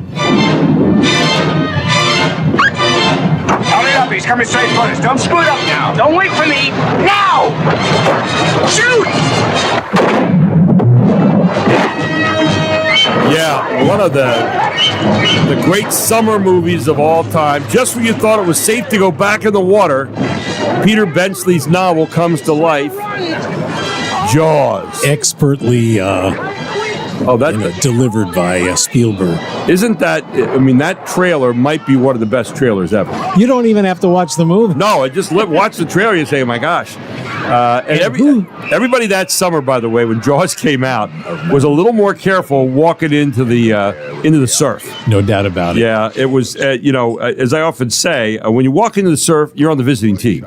Okay, you're already down 10 points. So, be a little careful. And, but that was, and then of course we had Jaws 2 and Jaws 3, and they were terrible. They were just, but Jaws 1, it caught us, and the Peter Benchley book. Peter Benchley actually did not a cameo in that, but he played the part of a reporter or something, didn't he? Mm-hmm. Yeah. Now, to me, the standout performance, though, was Robert Shaw. Oh, he's unbelievable. Yeah. He was just very good in that. Oh, he was gravelly, crusty old seaman. And then when he tells the story about the Indianapolis and sinking, oh my gosh. And he's just horrible. I mean, but it was, I guess, here I got all caught up. Today, 50 years ago, on this date, 1975, Jaws was released. There it is. And and we've been in love with sharks ever since. Pretty much. We have Shark Week each year, and we had those stupid shark movies that were out there that NBC did. They were the Sci-Fi Channel. My God, yeah, but sharks are still an amazement to us, I think, as we look at them. I was looking at something today, Mark, and it was kind of fascinating. The best Spielberg movies all the time, they ranked them. Oh. Yeah, it was really kind of cool. Okay. And Jaws, I was trying to think where Jaws ranked it. It wasn't obviously the top movie. But I'll have to see if I can find this I think it's because later you had all the special, Indiana Jones and Schindler's List. Well, you know what the number 1 rated Spielberg movie was? No. Raiders of the Lost Ark, 1981, which was, and number 2, what do you think number 2 was? Schindler's List. Schindler's List. Yeah, Schindler's List was 2, and Jaws was 3. Jaws was 3. Oh, it did come in the top. Yeah, it did come in the top 5. Good. Number 4 was what was number 4? Oh, Indiana Jones and the Last Crusade. That Indiana Jones series kept getting better. They managed to find a way to keep that very thing exciting. fresh. Yes. Number 5 was The Color Purple, which Spielberg did. Number 6 was Jurassic Park. I mean, you start to think about the work that he did. Number 7, Close Encounters of the Third Kind. Number 8, E.T. the Extraterrestrial. Number 9 was Saving Private Ryan. I can't believe it went that far down. Mm-hmm. And then number 10 was West Side Story. It had lots of competition, all those movies. Yeah. With each other. So after that, there's a number of other movies that you probably don't know a whole lot about that he did that weren't near as well known. But that's a pretty good top 10 right there. I agree. Yeah. Anyway, wanted to tell you a little bit about summertime stuff. Yeah, including your air conditioning in your car. You know, if your air conditioning isn't blowing as cold as it used to, get it looked at before the real heat sets in. A comfortable cabin makes for a much safer and much more enjoyable ride, and that's from GM Balvo Mitsubishi and GM Balvo Kia. That little tip, yeah. And especially since we're starting summer and we're getting the really hot weather, right now is a great time to check out and make sure your air conditioning is working well, your car is working well, and that's where you can get on down to GM Balvo Mitsubishi and GM Balvo Kia and check out their service department because it is par excellence. But also, if you're in the market for a new car, now's a great time to secure your deal with the Price Lock Savings Event before the potential tariff increases. And whether you're looking at the Mitsubishi Outlander, the Cross, maybe you're looking at the Outlander Sport, or the Mirage, or the Outlander plug-in hybrid. They've got an array of cars down there at GM Balvo Mitsubishi and GM Balvo Kia that you could look at right now and lock in that price and get ready to go before the potential tariff sets in on July 9th. When you talk about Mitsubishi and you talk about GM Balvo connected together, you're talking about quality. It is a gold standard here in York, and they are ready to help you today. Give them a call at 717-827-6737, and they are ready to help you today. Tell them Gary Sutton proudly sent you. Coming up next hour, Jim McClure checks in with the latest on York County history, and then Dr. Nick Pandelides takes a look at the world this past week through his particular eyes, all here on the Gary Sutton Show on WOIK, where it is 8 o'clock.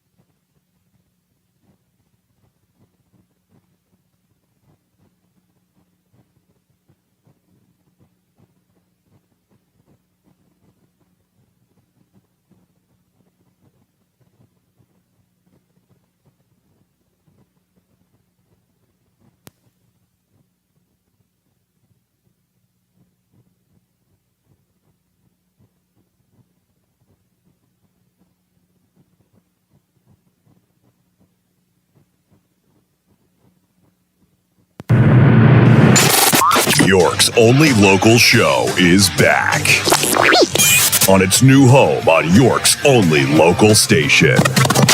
Guess who's back again? This is the Gary Sutton Show on WOYK. I'm back.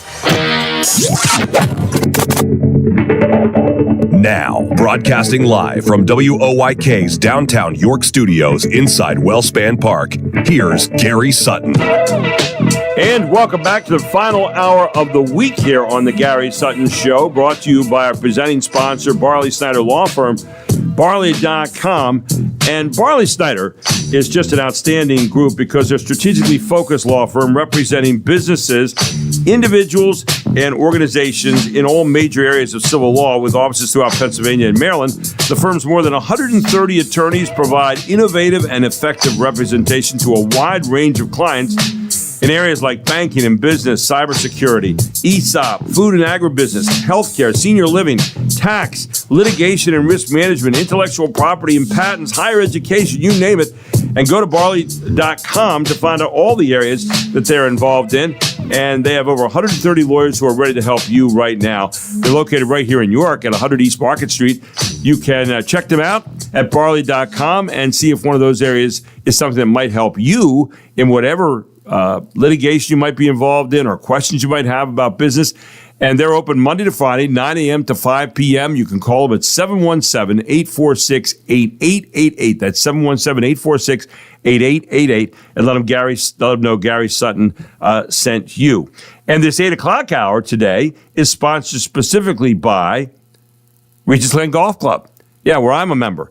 Regis Glen Golf Club, 1000 Golf Club Road, right out there off Indian Rock Dam Road, right here in York, with one of the best golf courses you're going to find anywhere. The Arthur Hills layout is fantastic. The best bent grass greens and bent grass fairways you will find anywhere. They are immaculate. Kevin, our greenskeeper, does this a great job. But more importantly, it's a place where activities are going on all the time, like the great pool that is open down back behind the Fairway Table Restaurant, which has a balcony overlooking the pool. You can actually have dinner down there. They've got a workout center underneath, a little ice cream shop.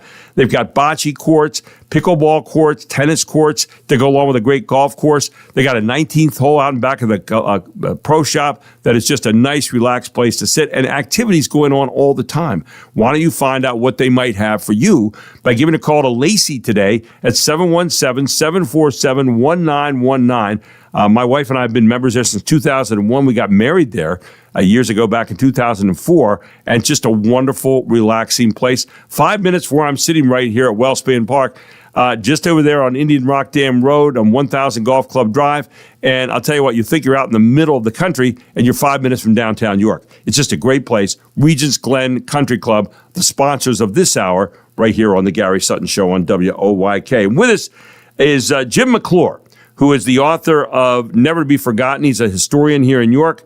And this Never to Be Forgotten is a year-by-year look at the history of York County over 275 years. And Jim's with us here this morning, as he is every Friday morning on WOYK. Good morning, Jim. How are you? Doing well, Gary. Looking forward to our conversation today. Man, I am too, because you're right in my bailiwick. By the way, I may see you tomorrow night. Are you going to the gala tomorrow night at the York History Center? No, I'm not, but I'm sure our paths will cross soon. I am actually going down as a guest tomorrow night, and of course, I guess it's there's a celebration of Lafayette, but it's my first trip to the new History Center tomorrow night. I'm finally getting there.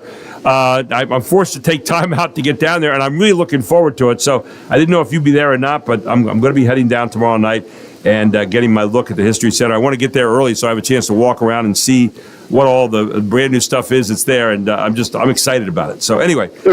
There's a lot to see there, Gary, I tell you. It's a well-done museum. Well, I'm ashamed of myself for not getting there yet, Jim. You and I have talked enough about it. But I all that shame will be removed tomorrow night, and now I'll be a regular visitor down there, I'm sure, after I get in there and get my senses tweaked tomorrow night. But we wanted to talk this morning about something that I think is really neat, and I used to teach a lot about this, which is the American Revolution intersecting with the Civil War here in York. We don't often think of those two coming together, but here in York County, it's a little bit more acute than it is in a lot of places. And I wanted to turn that over to you this morning because I think it's really, really an interesting topic.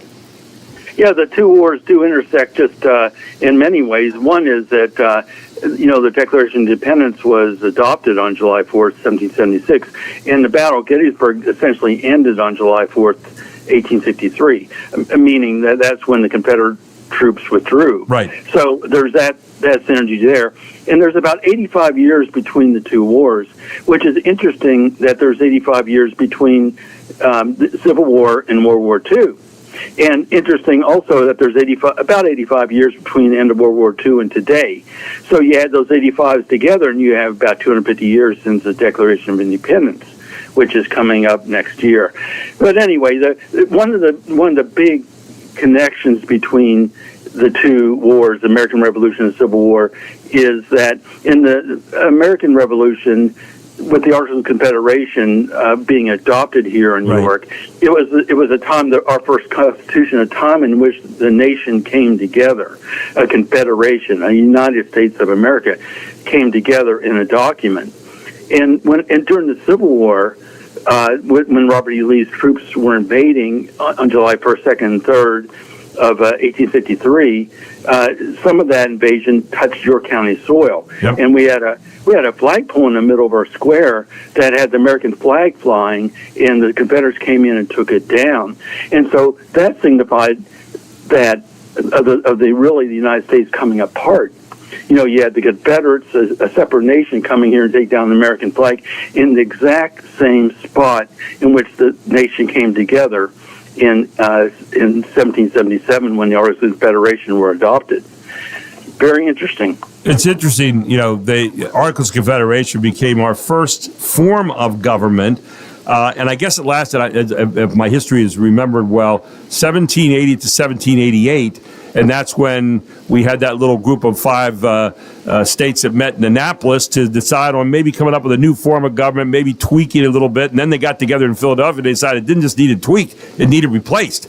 And that's what they did, is they replaced it with this thing called the United States Constitution that we've been living under ever since that time. Of course, with the addition of the Bill of Rights, too, and the other amendments that came after that. So, York was the birthplace, really, if you think about it, of the first form of government. And that's something to be really proud of. And it's amazing that we don't have more notoriety about that in the long run, isn't it? Yes, I think there's always these different competing ideas.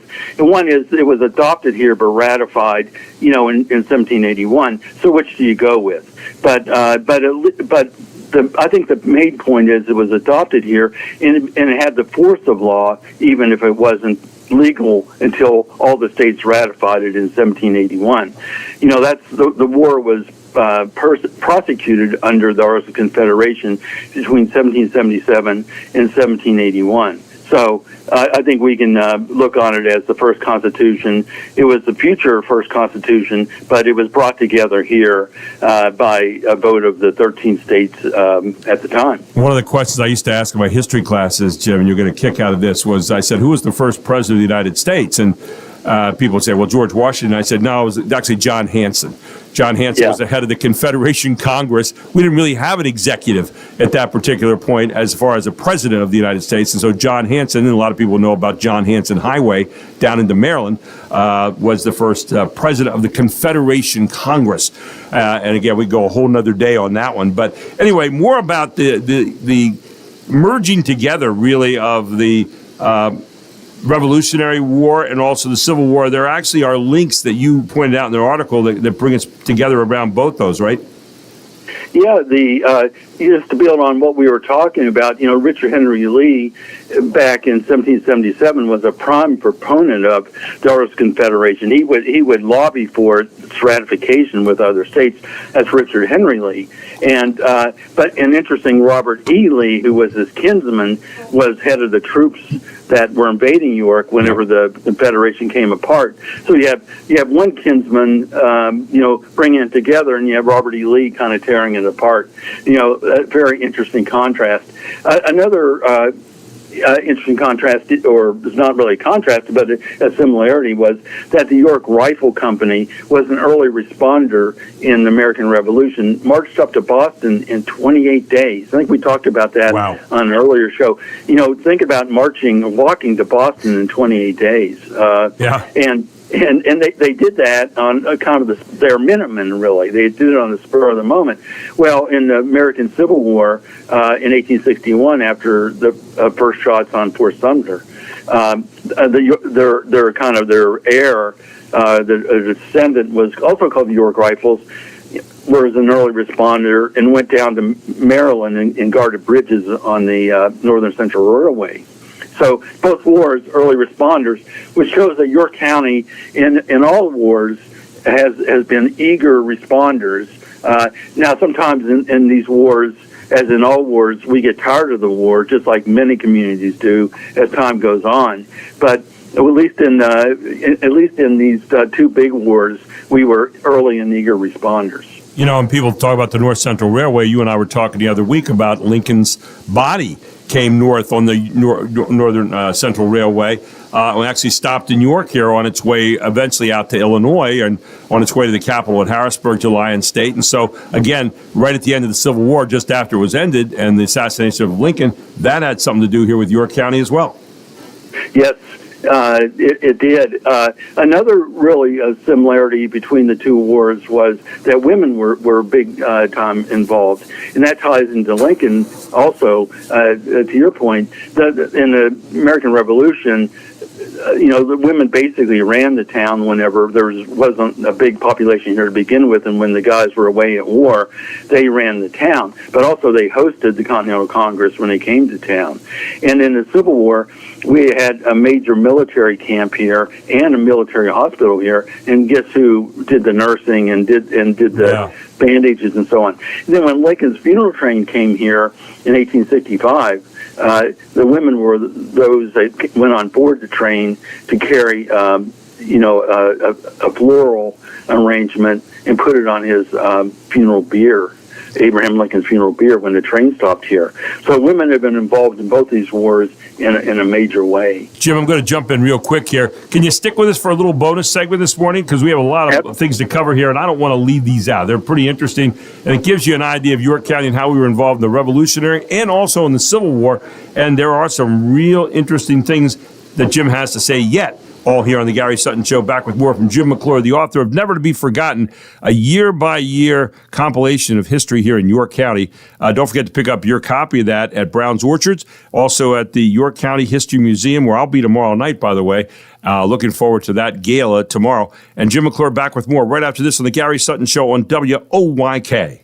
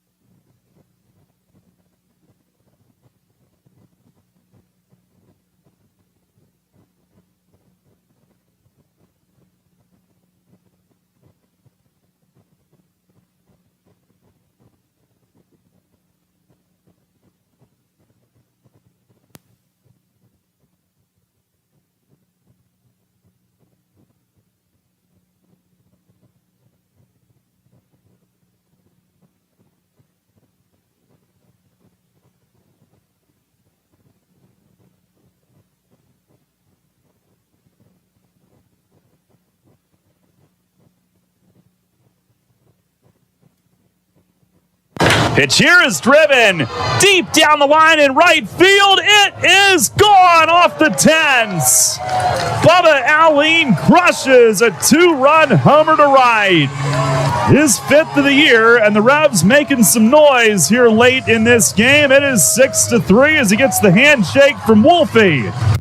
And later made it 6-5, but couldn't quite overcome the grand slam in the 7th inning by this guy Alonso, the third baseman for Hagerstown. And the Revs losing 6-5 last night. First time they've lost in 16 games to Hagerstown. They had a 15-game winning streak, which is the longest winning streak they've had against anybody. Still, the Revs are up by 6 games as they head into Staten Island tonight. The airtime with Darryl tonight will be 6:40 here on WOYK. You can listen on the app. You can listen at 989WOYK.com on the website. You can also listen right here at 98.9 FM or 1350 WOYK AM. Tonight for York Revolution Baseball. They'll be in Staten Island all weekend long. Back with Jim McClure, the author of Never to Be Forgotten and York County historian. Jim, we were talking about the American Revolution and also the Civil War time and how York was right in the middle of both those. When you talk about the Susquehanna River, that had a role to play in kind of uniting those two together, doesn't it? Right. Whenever, the Continental Congress was here in 1777, they liked the fact that that river was there between them and the British who were in Philadelphia. They were a little nervous, but they surveyed the river and found out that the British really couldn't cross it. And so that provided a nice buffer to keep the British on the east bank. Then in the Civil War, the river kept the invading Confederates on the west bank. They tried to get across the river into in Lancaster County and then go up to Harrisburg and take the state capital. But the Union forces burned the bridge, and so the Confederate troops were left on the west bank of the river. So the river in both those wars played a role. And if I'm not mistaken, the pilings of that bridge, which was a covered bridge at that time, are still there today, sitting next to the modern-day bridge, which is now being worked on also. So the history still sits there for people to look at today, doesn't it? Yes, that bridge, the pilings were constructed for the bridge that burned in 1832. Right. And after the bridge burned, the new bridge went up, another covered bridge in 1869. Now, that covered bridge, it wasn't a full covered bridge. There's 2 iron piers or spans in the middle. That way, if there's another fire, you don't lose half the bridge. And then there's yet another bridge that went up in 1897 after that covered bridge came down because of a cyclone. So, yeah, there's been 3 bridges on those pilings. You mentioned about forces from both wars. You had the Confederates here and also the Union Army here during the Civil War. Talk a little bit more about, in the American Revolution, some of the friendly troops that visited the county. You got guys like Pulaski and Matt Anthony Wayne coming here, right? Yeah, it was really, basically, some folks have said that York in 1777 was a German peasant town. And it wasn't, we had visitors that came through forever, but this was a different type of visitor. This was a military visitor that came through because Continental Congress is here, and this was a path to the south, too. So you'd have troops coming through, cavalry troops, infantry troops. Matt Anthony Wayne brought 1,000 men through in 1781. And so York has always been a crossroads, and it served in that capacity in both the Civil War and American Revolution. What other associations did you find between the American Revolution and the Civil War here in York County to kind of close us out a little bit, Jim? Yeah, there's one really interesting one involving Dr. John Hyson, who was a Red Line physician for many years. He, in medical school, he grew up during the Civil War. In medical school, he treated a Revolutionary War drummer boy. So, and then he went on to a long career, died in 1931. And so there will be people alive today who were treated by a doctor who treated American Revolution drummer boy. It gives you an idea of how young our history really is. Wow. So, and I know that Doc Hyson also treated Civil War soldiers as well, former Civil War soldiers. So, you have one doctor, who treated soldiers from 2 different wars. So that was really interesting. Another one that has been in the news, I'll do this real quickly, has been the Mifflin House out in Helm Township. Right. That was owned by a colonel in the American Revolution and his wife, and Susanna, and that would be Jonathan Mifflin. And that house later became an Underground Railroad stop, and the property is believed to have been an emplacement for a Civil War, Confederate cannons in the Civil War. And that today is being developed as a visitor center and welcoming center, Underground Railroad site to understand more about the Underground Railroad. It's called the Mifflin House out in Elm Township. And there's another connection. Yeah, and finally, one of the things you wrote in the one article, in the Civil War in Dover and Wrightsville and other places that Confederates invaded, they operated holding pens for captured Union prisoners, and then Confederate soldiers wounded in fighting at Gettysburg were treated at makeshift military hospital at Washington Hall right here in York. They were prisoners of war at that time. So prisoners of war were here in York County in both those conflicts, right? Yeah, in the American Revolution, we're familiar with Camp Security, where British prisoners were held. That site's being developed now with digs and so on, and that was the American Revolution. And then in the Civil War, we had prisoner of wars camps too. They were smaller, and so any time that you had prisoners detained by the one side or the other, you basically had a prisoner of war camp or a prisoner of war pen. And actually, in World War II, for that matter, we had a prisoner of war camp down at camp in Stewartstown, where we brought German prisoners down there to work in the canneries and pick fruit.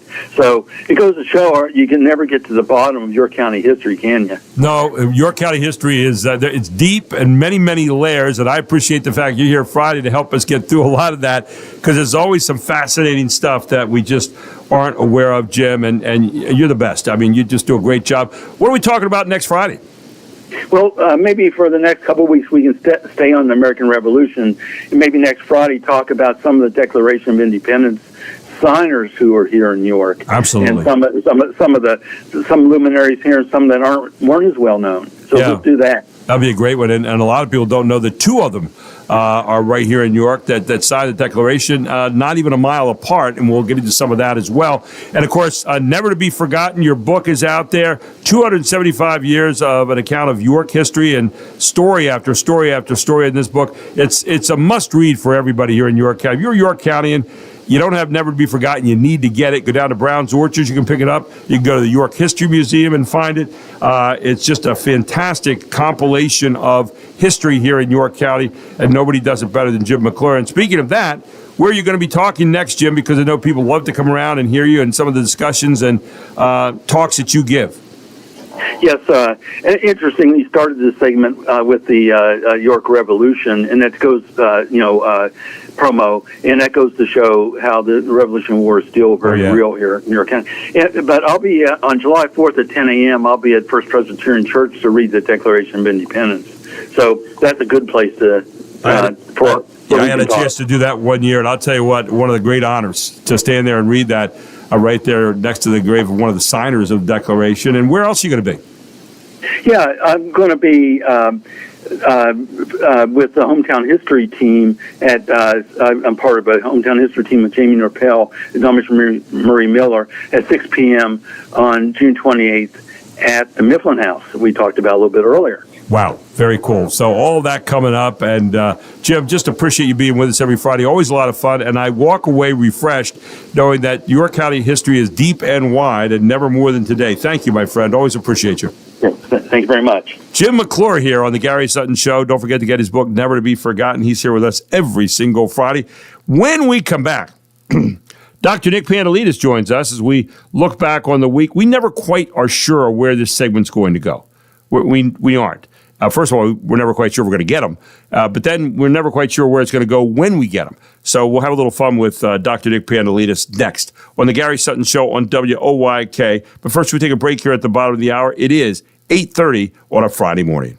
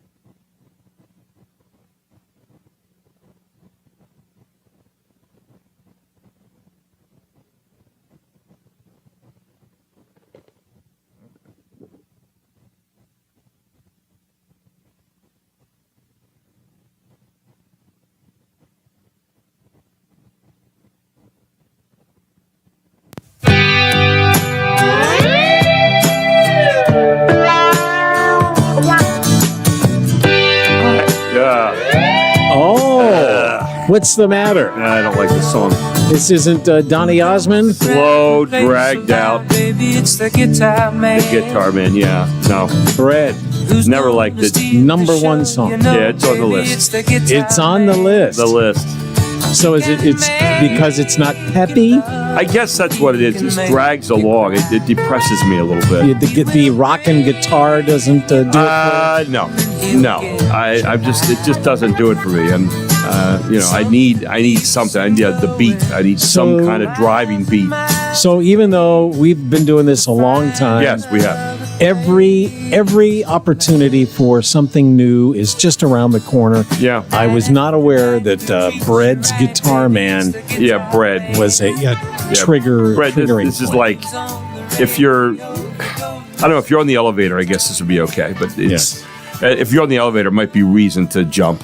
Anyway, I heard they're called air checks. Yes. So these are air checks that the guy on the air recorded just the talking portions. Right. And because I've been radio a long time, I listened to some of the old guys back in the day, and there was a guy, Frank Kingston Smith, on a station in Philadelphia was playing that record, and then he came out of it and he said, and I'm paraphrasing, he said, they really like their fans, but their fans really not only like Bread, they need them.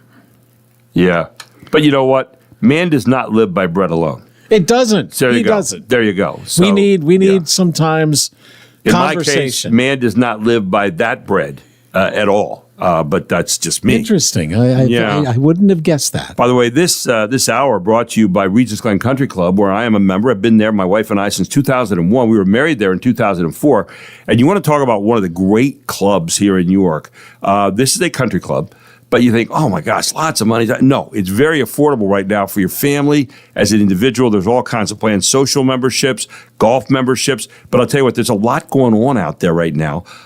Swimming, for starting. As you're thinking about the first day of summer, they got a great swimming pool there, relaxing. You can actually eat dinner down there at the swimming pool. They'll actually wait on you down there, and you can grab your dinner, sit by the pool, enjoy an adult drink, enjoy a nice cold drink. They've got a workout center underneath. They've got a nice ice cream area over there where you can buy some ice cream in a little shop. You can dine upstairs at the fairway table.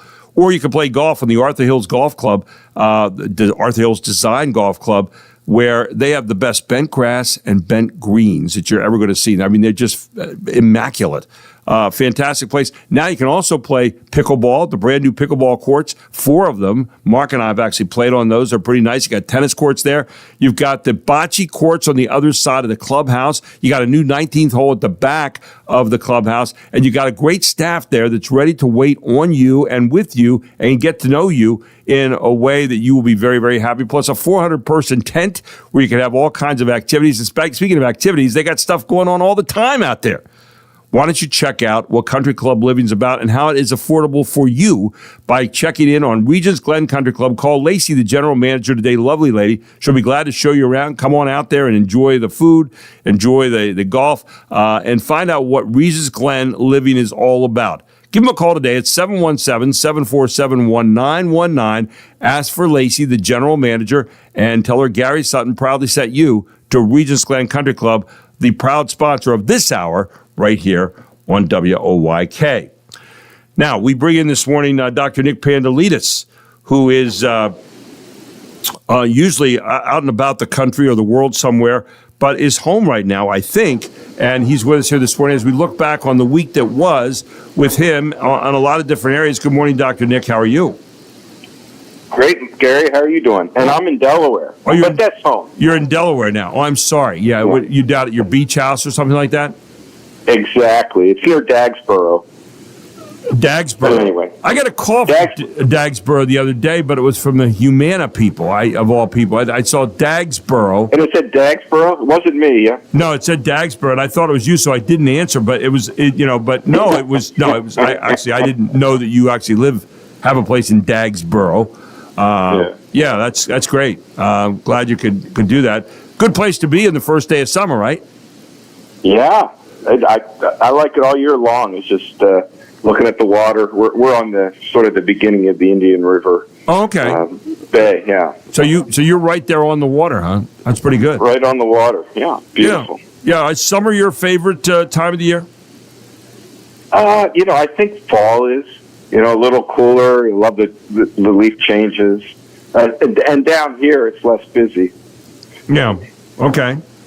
And but I love summer. I mean, I love the heat. Yeah. Now, anything catch your eye this week in the news that kind of stood out that you thought, that's kind of got my attention? Anything at all that you looked at? Because I know you're looking at the papers all the time and watching the news some of the time, or were you just busy relaxing? No. I find it so interesting. I mean, Trump is such a powerful persona, and I think he's he's obviously very confident. And I think one of the good results of that is that there's this. They have publicly announced, their disagreements, whether it has to do with Israel, whether it has to do with the big beautiful bill, whether it has to do with immigration. I mean, there's a fair amount of dissent vocalized and aired publicly among the overall MAGA supporters, and I think that's a good thing. One of the things that bothered me a little bit, and and not just a little bit, it bothered me a lot, is I'm an old history teacher, and I taught history for a long time, and one of the things I taught about were the three branches of government. And I was talking about this yesterday afternoon on another show down in Baltimore, and the idea that Trump says, I'm going to make a decision in 2 weeks about whether to bomb in Iran or not. And I thought to myself, okay, that's great, but what wartime responsibilities does a president actually have? And when you think about it, he only has two.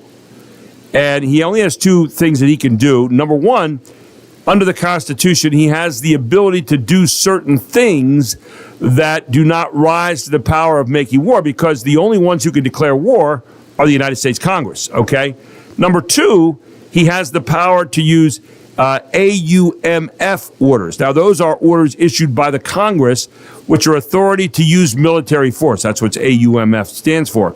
And he can only use those. And I'm thinking, how can he say, I'm going to make a decision on attacking Iran, whether we like the idea of attacking Iran or not, in 2 weeks, when maybe that's more of a we decision with he and the Congress as opposed to an I decision from just the executive branch? Your thoughts on that? Yeah, I don't know. I mean, I think declaring an act of war certainly is the Congress's responsibility and purview. But presidents, I think, since at least Johnson and Reagan for certain have been launching military incursions for various reasons of security for a long time, none of it with congressional approval. And I think it has gotten out of hand, but at the same time, I mean, frickin' Congress can't pass a bill. I mean, if there truly is something going on that affects national security, and then you had to wait for Congress to make a decision about it, I think we would be pretty hapless and ineffective. So definitely you can go too far the one way, but I think the other way is very dangerous. And I think the Iran, which has publicly declared, the United States is the great Satan to be destroyed, and their public announcement that they want to destroy Israel, I think that constitutes a national defense issue that I think Trump has a lot of leeway to implement what he thinks is best for our country. Now, sending troops in, I think that is a completely different thing. Right. And maybe that's the red line. Yeah, the general rule for a president is you can do things that don't rise to the level of carrying out war. Now, obviously, you've got a little latitude there, and we've seen that with what we did in Vietnam. We've seen that with what we did, even though Congress did give approval in the Iraq War or back in Kuwait, Desert Storm. We did have congressional approval there. We've had other areas, but all of those, you think about since World War II, we have not won a war. I mean, we've gone in We've called them all kinds of different actions during those times, but they haven't been wars, even though that's what they were. For all intents and purposes. And so it's interesting to hear the president on this. And I'm wondering, would we be more effective if the president was able to get Congress involved with him? The problem is Congress has become so political over the years, all around, Republicans and Democrats alike, that we can't seem to get anything done unless it's to try to stop the particular president in power. And that's not a good reason to do things. The good reason to do things is what's best for the benefit and security of the United States of America and our allies, right? Absolutely. And I don't think anything would be more comforting to Iran or for that matter, Putin, with the knowledge of, they're not going to do anything unless Congress passes a bill. I mean, they'd be just rolling in their offices in joy and comedy. Well, one of the things that Iran has used as a great defense so far has been the idea of, let's negotiate. We're going to put off inspections. We're not going to, and even now they're saying, hey, maybe we'll talk a little bit more about letting you do inspections and letting you come in and check our our nuclear stuff and so forth. Meanwhile, Israel's bombing the heck out of their facilities, and they just saw they bombed a heavy water area last night, which is used to make nuclear weapons. Israel's having at it right now, and I think President Trump is sitting back trying to figure out what to do over the next 2 weeks, if anything, other than just say, hey, we're on the side of Israel, let them alone and let them do their job. It is a really, really interesting time that we have right now. And then we have this weird set of rules where Israel's going in there and they're bombing away on all the things that can be used to make a nuclear weapon. Meanwhile, Iraq comes out and bombs an Israeli hospital, and they say, oh, well, that's different. You can't do that. We got these really weird set of rules right now in the war going back and forth, or the activity going back and forth between Iran and Israel. Your thoughts on that?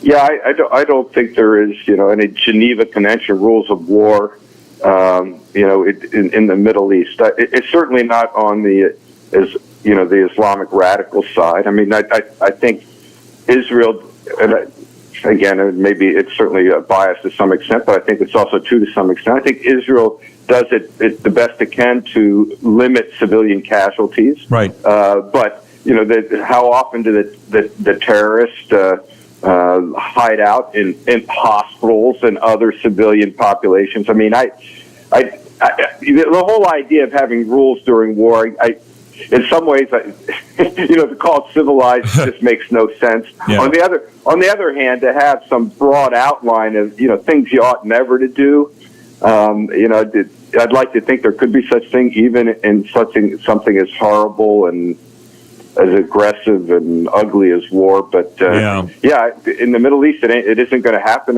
But I don't think it's because of the Israelis. Yeah, I think generally we have a group that of these terrorists that seem, and we saw it when they attacked into Israel and Gaza back in a few years ago on October 6th, that they're willing to do just about anything, rape people, decapitate people, all that kind of stuff. It's really kind of sick. So anyway, anything planned for this weekend here, the first big day of summer? You got a bike trip planned, anything like that? No, we're at the beach, and I have all three of my daughters here with their families. Oh, that's nice.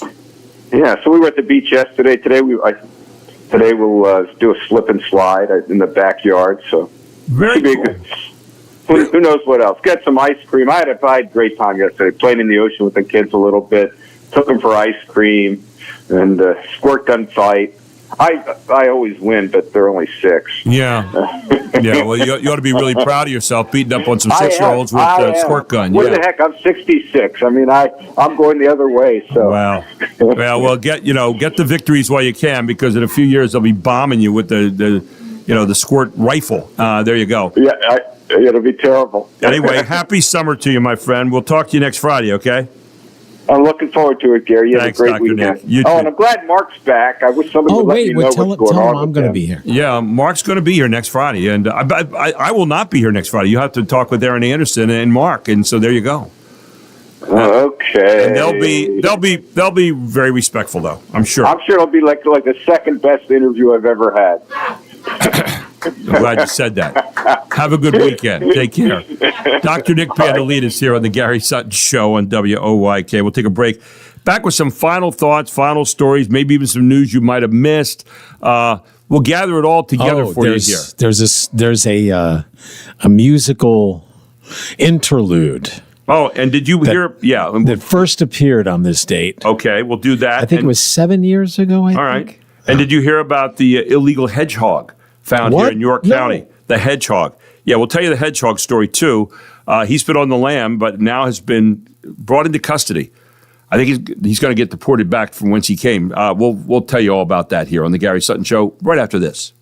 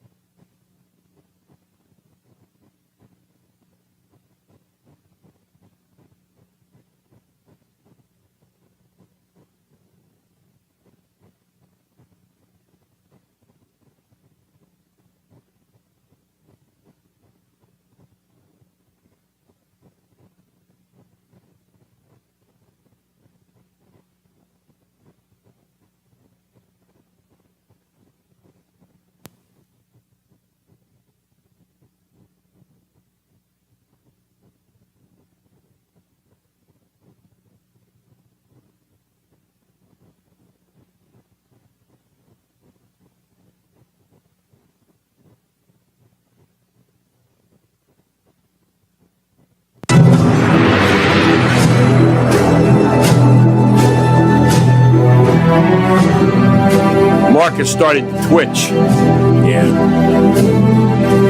Yeah. I mean, listen to this. You think you didn't like Guitar Man by Bread. How do you feel about this? Loved it. Loved the music. Not dark at all. It's just... It was, yeah, this movie was very dark. Not the movie, the show, Yellowstone. Yes, it was 7 years ago today, on this date. Day that will live in infamy. 2018, the first season of Yellowstone premiered. I remember one thing you said, Taylor Sheridan must be stopped. He's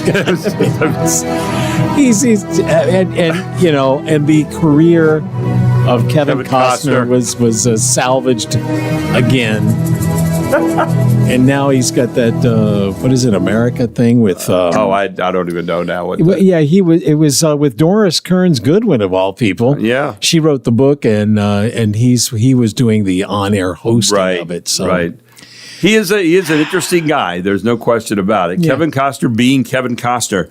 By the way, I do want to remind you the big sale coming up tomorrow out at Thomasville Country Auction. And I do want to tell you, Jack and Cheryl Hooks are looking for helpers. If you want a job right now, they've got a great chance to have a job. I saw a friend the other day who said, I want to call over there and find out about it. Think about helping with a sale. It's kind of neat. You can have part-time and full-time work available. And all you have to do is give them a call at 717-764-5403. And tomorrow at 4 p.m., they have a sale at Thomasville Country Auction. They got firearms, gold, jewelry. They've got a big bore PCP air rifle. They've got tools and glassware, home decor, Polytech birdhouses, and much, much more. Why don't you stop out there tomorrow? For example, they have a Springfield Model 15, Remington Scoremaster Model 511, 22 scope, Winchester Model 370, 12-gauge, Remington 6mm Game Master, 760 scope, Umerix. It goes on and on and on. And they've got all these different things out there. Now, if you want to know what all you want to bid on, go to thomasvilleCountryAuction.com right now. Hit auction date on the left side over where the little blue tabs are, and come up with June 21st. That's tomorrow, the first full day of summer, and you will see every item that's up for bid. So when you get out there tomorrow afternoon, you know what to bid on. Now, summer's a great time to have an auction. And maybe you're moving, or maybe you're downsizing. Maybe you have an estate to settle. I don't care what the reason is. Maybe you just have some items you want to get rid of. Jack and Cheryl Hooks are the people to go to. They've been in this business for over 40 years. I've known them for a long time. Ladies and gentlemen, they do auctions, and they do them right. They're honest. They're upfront. You call them at 717-764-5403. Invite them out to your home. They will be honest in answering all the questions about what to expect with an auction, what not to expect, how they can help you have the very best auction and get rid of those items so they get into the hands of people who care about them and out of your way. And then they'll even have the right number of auctions or one auction to help benefit you. And if you're selling your real estate, Cheryl could do that for you and save you a lot of money and a lot of time and a lot of hassle. What are you waiting for? Give them a call today at 717-764-5403. I have sent a lot of people their way. In fact, I've gone their way themselves and myself and had auctions. And I'll tell you what, they did right by me when I had to have a big estate auction. And Cheryl sold our real estate, saved us lots of money. I'm telling you what, they are the best auctioneers here in York County, in my opinion. Why don't you check them out today? 717-764-5403 or get onto the sale tomorrow at Thomasville Country Auction. Route 30 West at the railroad tracks. Don't forget, 4 o'clock tomorrow, they have their sale out there in Thomasville. So it is the first day of summer. This is House Call for Health. Today is the first official day of summer, and St. Jude Children's Research Hospital has some health tips for the hot weather. First, protect your skin, wearing at least SPF 30 sunscreen and reapplying it every 2 hours. Also, stay hydrated, drinking water regularly, especially when it's hot outside, while also avoiding sugary drinks, instead choosing water or natural fruit-infused beverages. And stay active. You can enjoy low-impact activities like swimming, walking, and biking, but listen to your body. Take breaks and rest when needed. For more health news, go to foxnewshealth.com. House Call for Health. I'm Lisa Brady, Fox News. So, by the way, weird story of the week. Sure. A baby groundhog had wandered away from its burrow, they thought. But this person was out for a walk the other day. It was not a baby groundhog at all. It was a hedgehog. Now, hedgehogs are not native in Pennsylvania, and they are illegal to possess in the Commonwealth. I don't know if you knew that. I did not know that. I knew someone that raised them some years ago, I guess when they were not illegal, but that doesn't discourage some people from keeping them as pets, which is it's actually a summary offense under state law. So this lady comes across this hedgehog, thinking it's maybe a baby groundhog, which it does look a little bit like it. And they called the game warden. They arrived at their center. They discovered that was, in fact, a hedgehog. This girl wrote on her Facebook page, it's the center's first hedgehog in its 10 years of existence. No kidding. Yeah, and they founded the center in 2015 to rehabilitate injured, orphaned, and displaced wildlife. So they brought this hedgehog in. If you've ever seen a hedgehog, they have this spiked kind of that's the difference. Fur on the outside, and they can actually roll up in a ball where they can hide their heads inside there. Now, Pennsylvania is one of 4 states to ban ownership of hedgehogs. The others are California, Georgia, and Hawaii. They are also banned in all 5 boroughs of New York City. So if you have a hedgehog, they're illegal there.